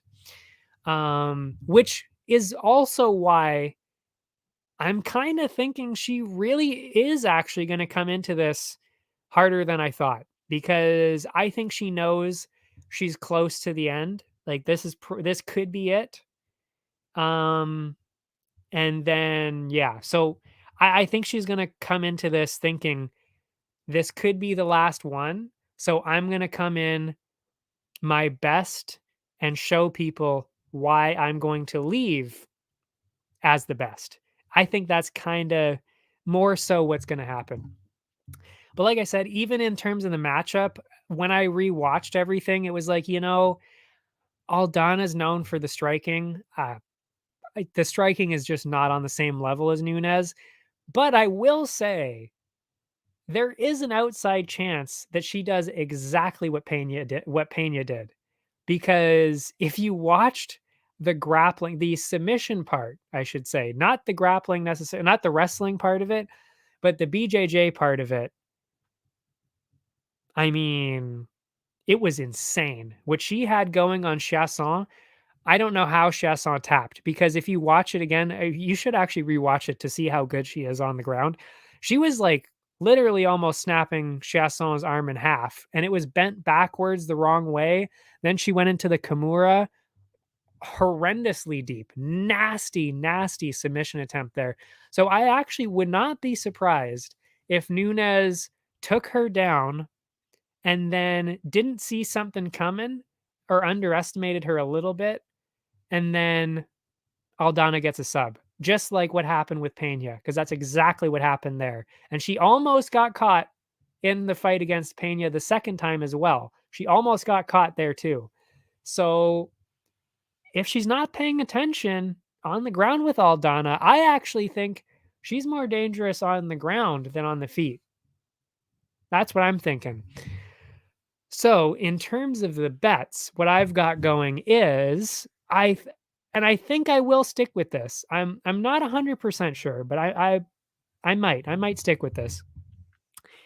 Is I'm going to go Nunes KO is one of the bets. Aldana, maybe just Aldana by herself, but maybe Aldana sub too. I'm not sure. Instead, I mean. And then what do we have in the over under here? Because this is where I wasn't sure the over under. Oh my God. That's crazy. The odds are it's set at 2.5 rounds. Wow. That's crazy. That is madness. I think she's better than that. So I would be putting it on the over for sure. I would actually probably be putting it on over 3.5, because I think that's going to be plus money. Yeah. I mean, how good is that? So then you'd have that's 3 plus money bets. And if you toy around with the units a little bit, if you really felt like it, you could really make sure that if any one of those 3 cashes in, you should make money. So Aldana plus 250, Nunes KO. I don't know what a Nunes KO is going to be. And then over 3.5, probably that will be plus money, because if over 2.5 is minus 129 right now, gotta be plus money. Plus over 3.5 has got to be plus money. So that's probably what I will be doing for that. So again, I always do the main events, it seems like, or co-main sometimes. I kind of add another third bet in there. But yeah, I don't think I'll be doing that in any of the other ones. I don't think. It doesn't seem worth it most of the time. Most of the time I try so that it doesn't necessarily overlap with the other ones. So like I said with Kaikar of France, I did most strikes, which he cashed in. So that was a good one because even though he lost, I still got money from there and I got money for the over. So it's good to kind of spread things out without affecting the outcome of the fight, let's say. So instead of betting on the outcome, I should say. But yeah, you don't like how ESPN MMA spoils everything right after because I don't watch it as it comes out. Yeah, 100% agree because I don't follow ESPN MMA, but I do follow well, obviously I follow the UFC, I follow Chandler, I follow McGregor. But for me what spoils it is because I spend so much time on Tapology that when I see the head because they always have the headlines at the top. I've seen it a couple times now where I see the result scrolling by in the headline and I'm like, "Oh, fuck." Like, I didn't watch it yet. Come on. So, yeah, that does kinda suck. It's usually Tapology that ruins it for me. Um, what was I gonna say? Yeah, a little bit surprising, though, I gotta say. I don't know if it was just me. I actually thought what was his name? The guy who lost, whoever the guy that lost was, I thought he was actually a pretty clearly gonna win. I thought he was a pretty clear choice because, I mean, he went against Raul Rosas and survived the 3 rounds of grappling against him, and he looked decent. So I was kind of impressed, and the other guy just didn't really look that good, especially on the ground. So I was like, "Oh, he should be able to pretty easily win this." Flying knee, fuck. Unbelievable. Put all my picks in a list this time so I can remember because half the time I forget. Pretty similar to yours for the most. Yeah. Well, don't make a list. Or do you not use Tapology? You got to use Tapology. What are you doing? What are you doing over there? Please tell me you have a Tapology account and you use Tapology. I'll wait for the answer on that. Um, oh yeah, and that's it. And then like I said, sniper pick, which I actually didn't update the units on. I really should. That was minus 250, and that was 10 units. Went balls to the wall on that one. We were going crazy, all in for Ige. We're Hawaiian. We're part Hawaiian today. And then we've got, oh yeah, the parlays. Of course, the parlays. I don't think I'm gonna. I'm actually gonna keep it the exact same layout that I did in the last one because I actually really like the parlay distribution of A, B, C, A, B, blah, blah, blah, blah, blah. So I really like the way I did the letters. So what I will do is I think I had it. Yeah, I do have it ready here. Ige is A because he is the sniper pick. He's my number one. B is Dvorak.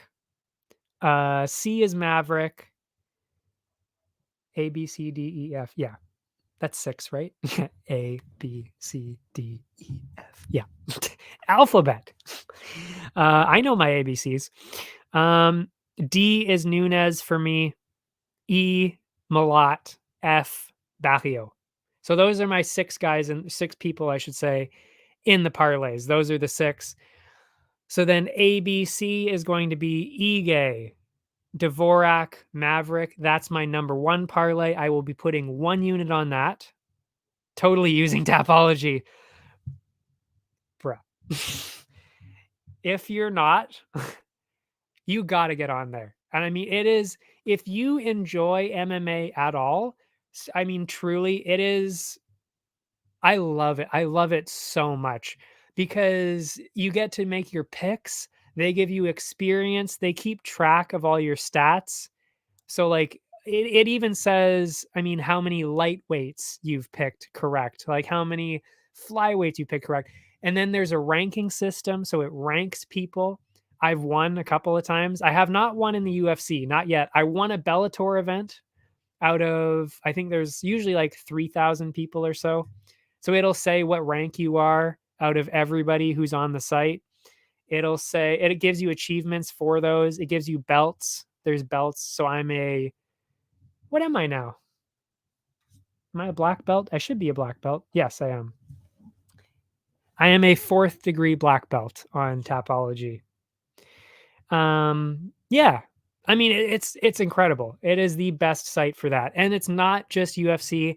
They got Bellator, KSW. They have literally every, and I do mean literally, they have every single MMA promotion, and they have pretty much every single boxing fight going on there too. So you can make picks for boxing and MMA.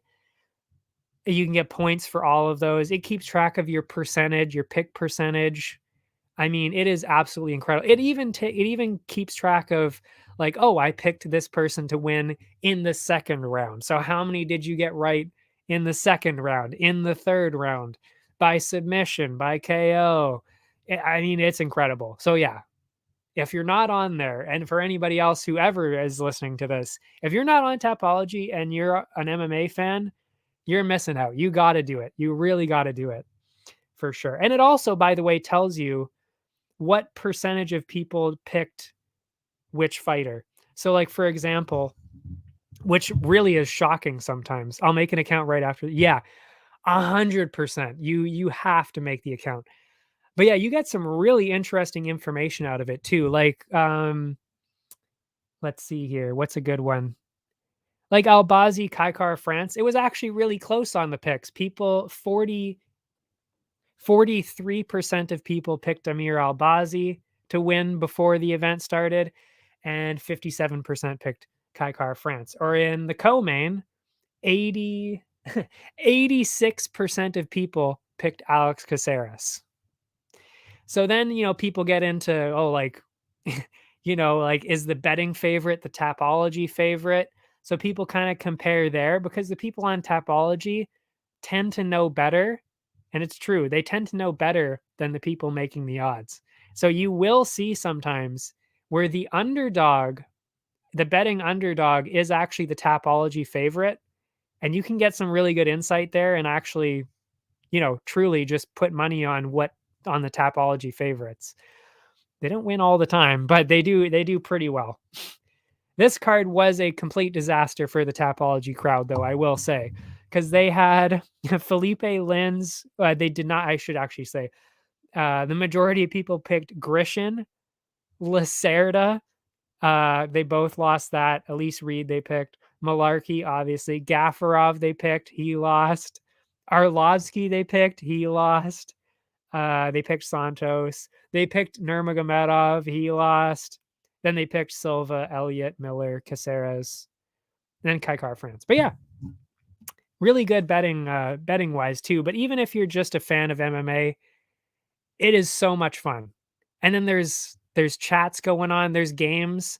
They have events every card. So it's like you can win these fantasy chips, they're called.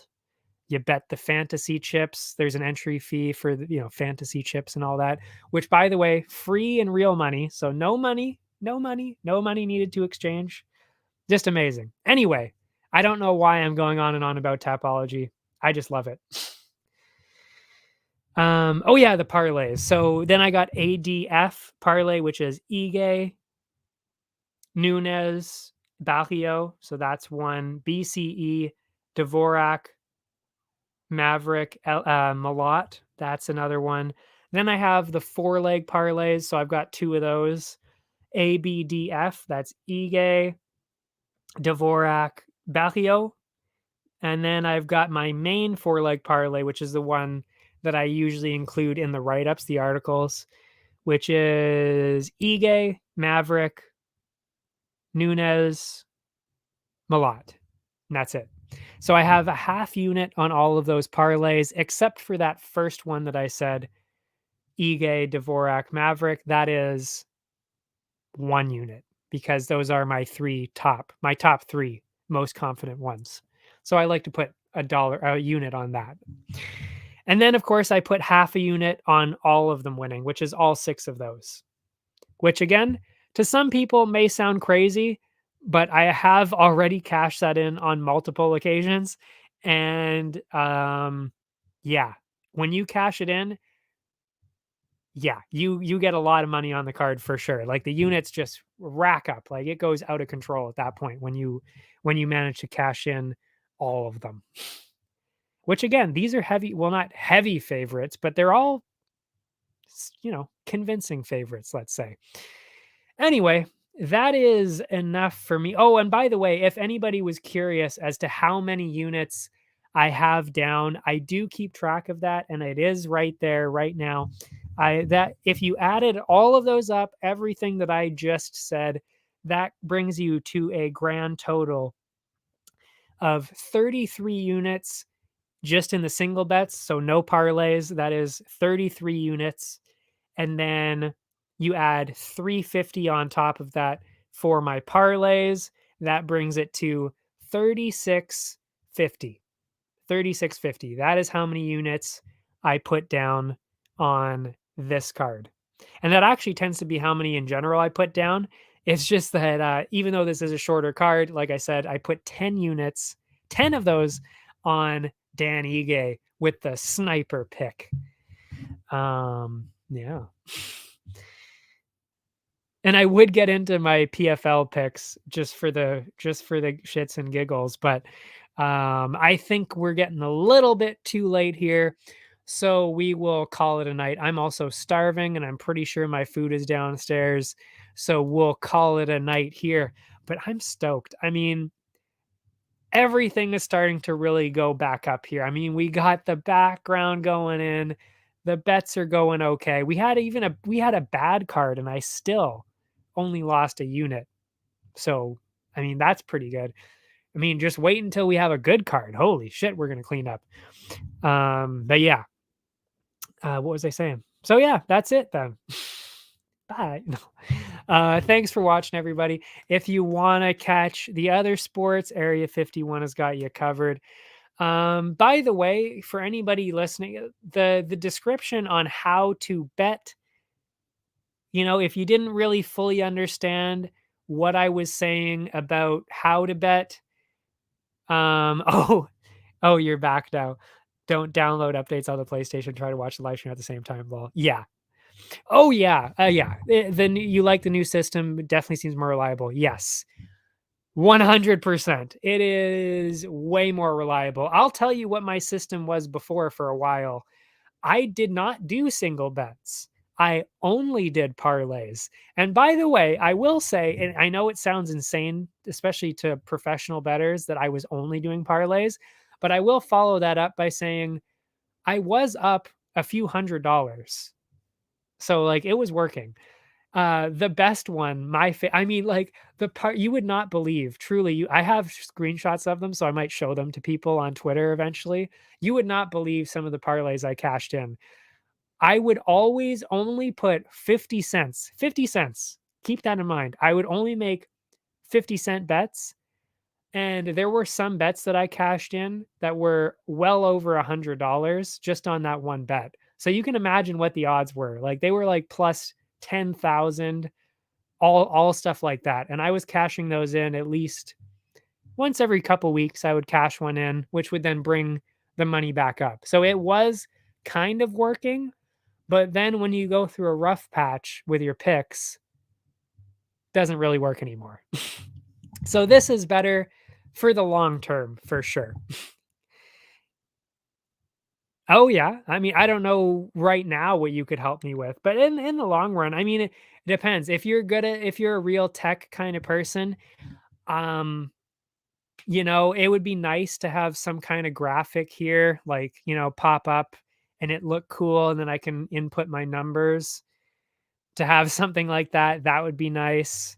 Other than that, I mean, I can't really think of anything right now. I mean, I could do a lot of that myself because I can code. I can do a lot of other things too. So I could do that, but it's just like I'm focusing on a lot of other things. But yeah. I do actually, you know what? Because you're going to be making your account on Tapology, follow me there. And you can there are games in there. We could even be part of the same game, play against each other on Tapology. Who's got the better picks? That's why I love Tapology. You can make your own games. You can join other people's games. They're actually all really cool too. They're cool to talk to. Some of them say some funny things. There's some funny accounts on there too, actually, I gotta say. There are some annoying ones too, though. There are a couple of accounts I cannot stand. But anyway, that's enough for now. Oh yeah, now that you're here, you know what? Just for fun, I'll go through what I did for the PFL parlays because listen, the PFL this week, to call the to call the fights one-sided, I don't even think that really does justice to how one-sided these fights truly are. Um I did, how many is this? 1, 2, 3, 4, 5, 6, 7, 8, 9, 10.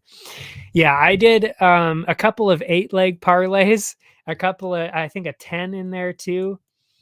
And what did we actually, I can even check on my betting site. I mean, you have to go through all this. Yeah. Yeah.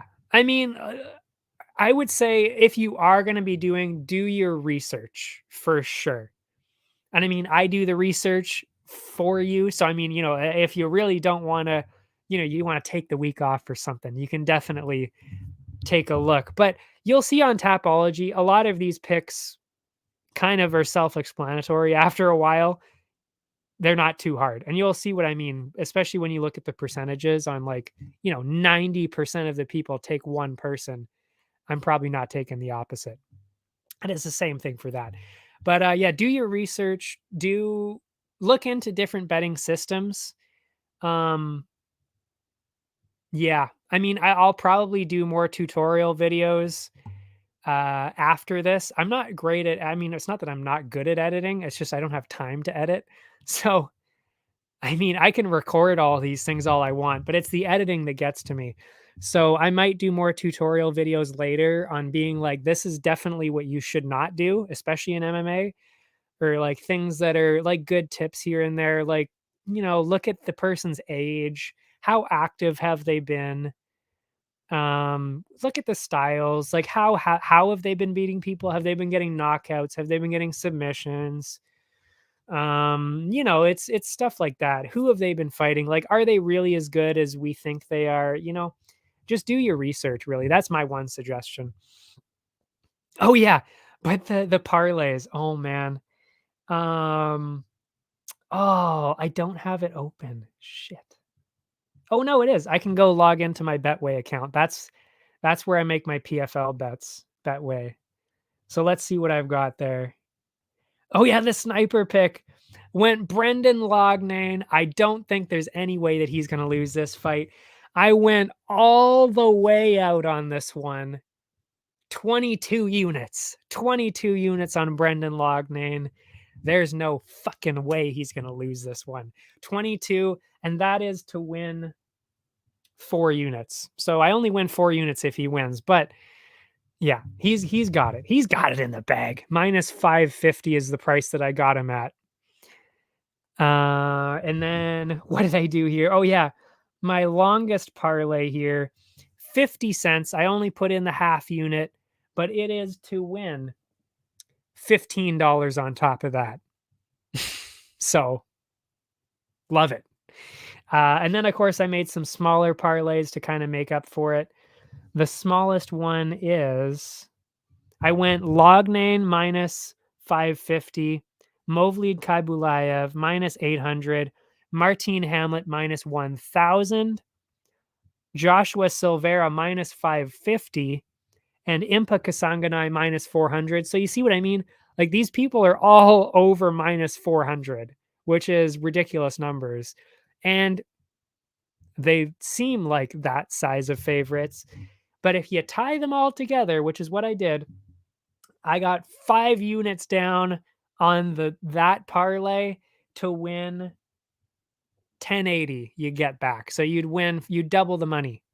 Double the money on all minus 400 favorites. I mean, I'm not saying it's a guarantee, knock on wood here, but I mean, it's looking like, okay, we've got a good chance at doubling a parlay here with those kind of numbers, which is insane.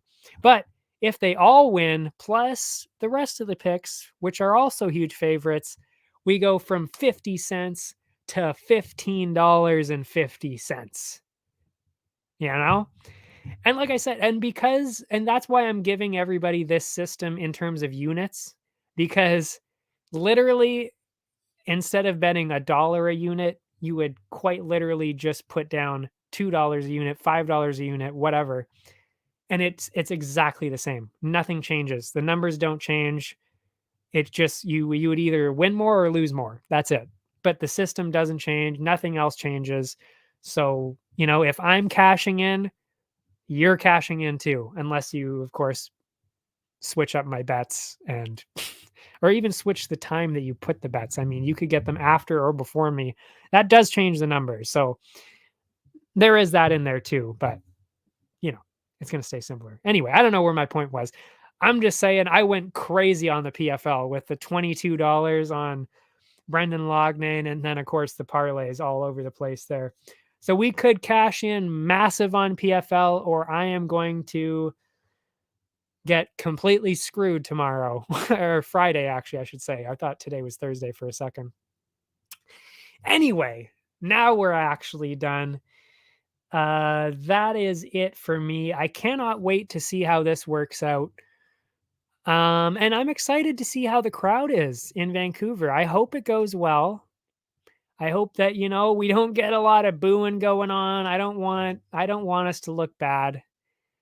There's nothing worse than when your hometown looks shitty on national, on international, on world, on a pay-per-view, for fuck's sake. Not even like just a worldwide event. It's like literally a pay-per-view. You don't want to look bad. Or else, we could ruin it for Canadian MMA for the next decade. They might never come back. Yeah. So we'll see. We'll see. I've got high hopes. Well, no, actually, no, I don't. That's a lie. I have very low hopes. I have high hopes in terms of the betting, but I have low hopes for everything else. But yeah, that's all I was gonna say. We need more Canadian events. Yeah, I would assume. I really do think they're gonna come to Toronto next year. I don't know if it'll be a pay-per-view, but I'd be a little surprised if they didn't go back to Toronto for an event next year. That seems to be what they're looking at, or possibly even Montreal. But I've kind of been hearing Toronto. I think that's what I kept hearing over and over. They were looking at Calgary, though. That was supposed to be the original place instead of Vancouver, but that fell through. And it's Calgary, so who cares? I do like Calgary, though, to be fair. As long as it's not Edmonton. Fuck Edmonton. I also don't like Toronto either, but that's beside the point. So yeah, we will be back next week. By the way, oh yeah, that's actually another interesting point. There are now 17 cards in a row from now until whenever that streak ends. 17 starting now, or starting last week, I guess. So that means I will definitely be here, every single week for the next 5 months, 4 or 5 months, with all new bets and all new events every single time. There's no break. There's nothing in there at all. It is every single week for the next 17 weeks. There is a UFC card, which is great because if the betting keeps working out like this, it's going to work out well for us. I hope. Fingers crossed. Again, I do this for every event. I don't just do this for UFC. So, I'm still winning money even though it's not UFC. Actually, I would say UFC is my worst promotion with these bets. 17 streams in a row. Well, I mean, to be honest, I think I've only missed 1, 2, 3, maybe 5. No joke. Like, I think I've only missed 5 Wednesdays since I started this. So that's like 2. It's like a year and like 10 months, pretty much. And I've only missed 5, I think. And which was like three of those were like literally, the past month. So I might have missed 6, I guess. Yeah, I don't miss a lot because usually I have the post fight one. So that's one, which means then they usually skip a week anyway, and then I'm back talking about the next week anyway. So it's like there's still no break in there. Pretty good. Wow. Yeah. And I've got the audience to show for it. JK, you're the only one here. But anyway, it doesn't matter. It's about the quality of the fans, not the quantity. We know that. And we've got the best fans around. And 2 of them when I was here. Yes. True. Anyway, what was I going to say? Yeah, so we'll be back next Wednesday to talk about this card and then next card. And then honestly, I'll probably be giving some updates here and there just about how my other bets are going. Just if anybody's curious as to, how did KSW go? How did PFL go? Because of course I just talked about PFL. How did that go? I think in the long run, I think people will be interested just to see like how the other ones are working out. And yes, you are the collective audience. That is actually a fact right now. And I think in the long run, I would actually probably even start to include those in the stream as well, because it really does. I actually do make a lot more units on the non-UFC cards. It's just the way it works out. I don't know why, but I get a lot more profit even using the, especially with this system, with the non-UFC ones. So I might start including those eventually too. But I mean, I'm not going to do that right now until like we get a much bigger crowd, because that's something that would take like 4 hours. I might even do it on a separate day, like, 2 days, one UFC, one non-UFC day. There's a lot of room to grow with something like that. But yeah, for now, just the quick update here and there, how PFL went and all that. I will be updating. But anyway, see you on Tapology. Hopefully that'll be cool. As obviously Bluebeard on Tapology. I'm pretty easy to find. Yeah, hopefully you enjoy that. You can get your picks in, of course, for UFC 289. You can join some events. Maybe I'll see you in one. That'd be cool. Go head to head. Yeah, that'd be cool. Anyway, see you next time. Thanks for watching. I usually say something else, but now I'm blanking. What do I usually say? I don't know. Oh, yeah. Oh, the socials are below. Oh, and by the way, and if you do decide to bet, or for anybody else that watches and decides to bet, like I said, the description on how to bet this system is in the description below on YouTube and anywhere else where there's a description. It literally says word for like step by step how to do it. It's also in all of my articles. I should actually say this every single stream now, just to remind people. It's also in my articles. It's in the first part above the bets. It says how to get this system going if you didn't fully understand or didn't necessarily hear everything that I said. So if you do decide to bet eventually, it is right there. And yeah, that's about it. And my socials are below, of course. So that is officially it for now. I'm starving. I'm sure my mom's probably wondering where I am and why I'm not downstairs to eat dinner. So I will go. See ya next time.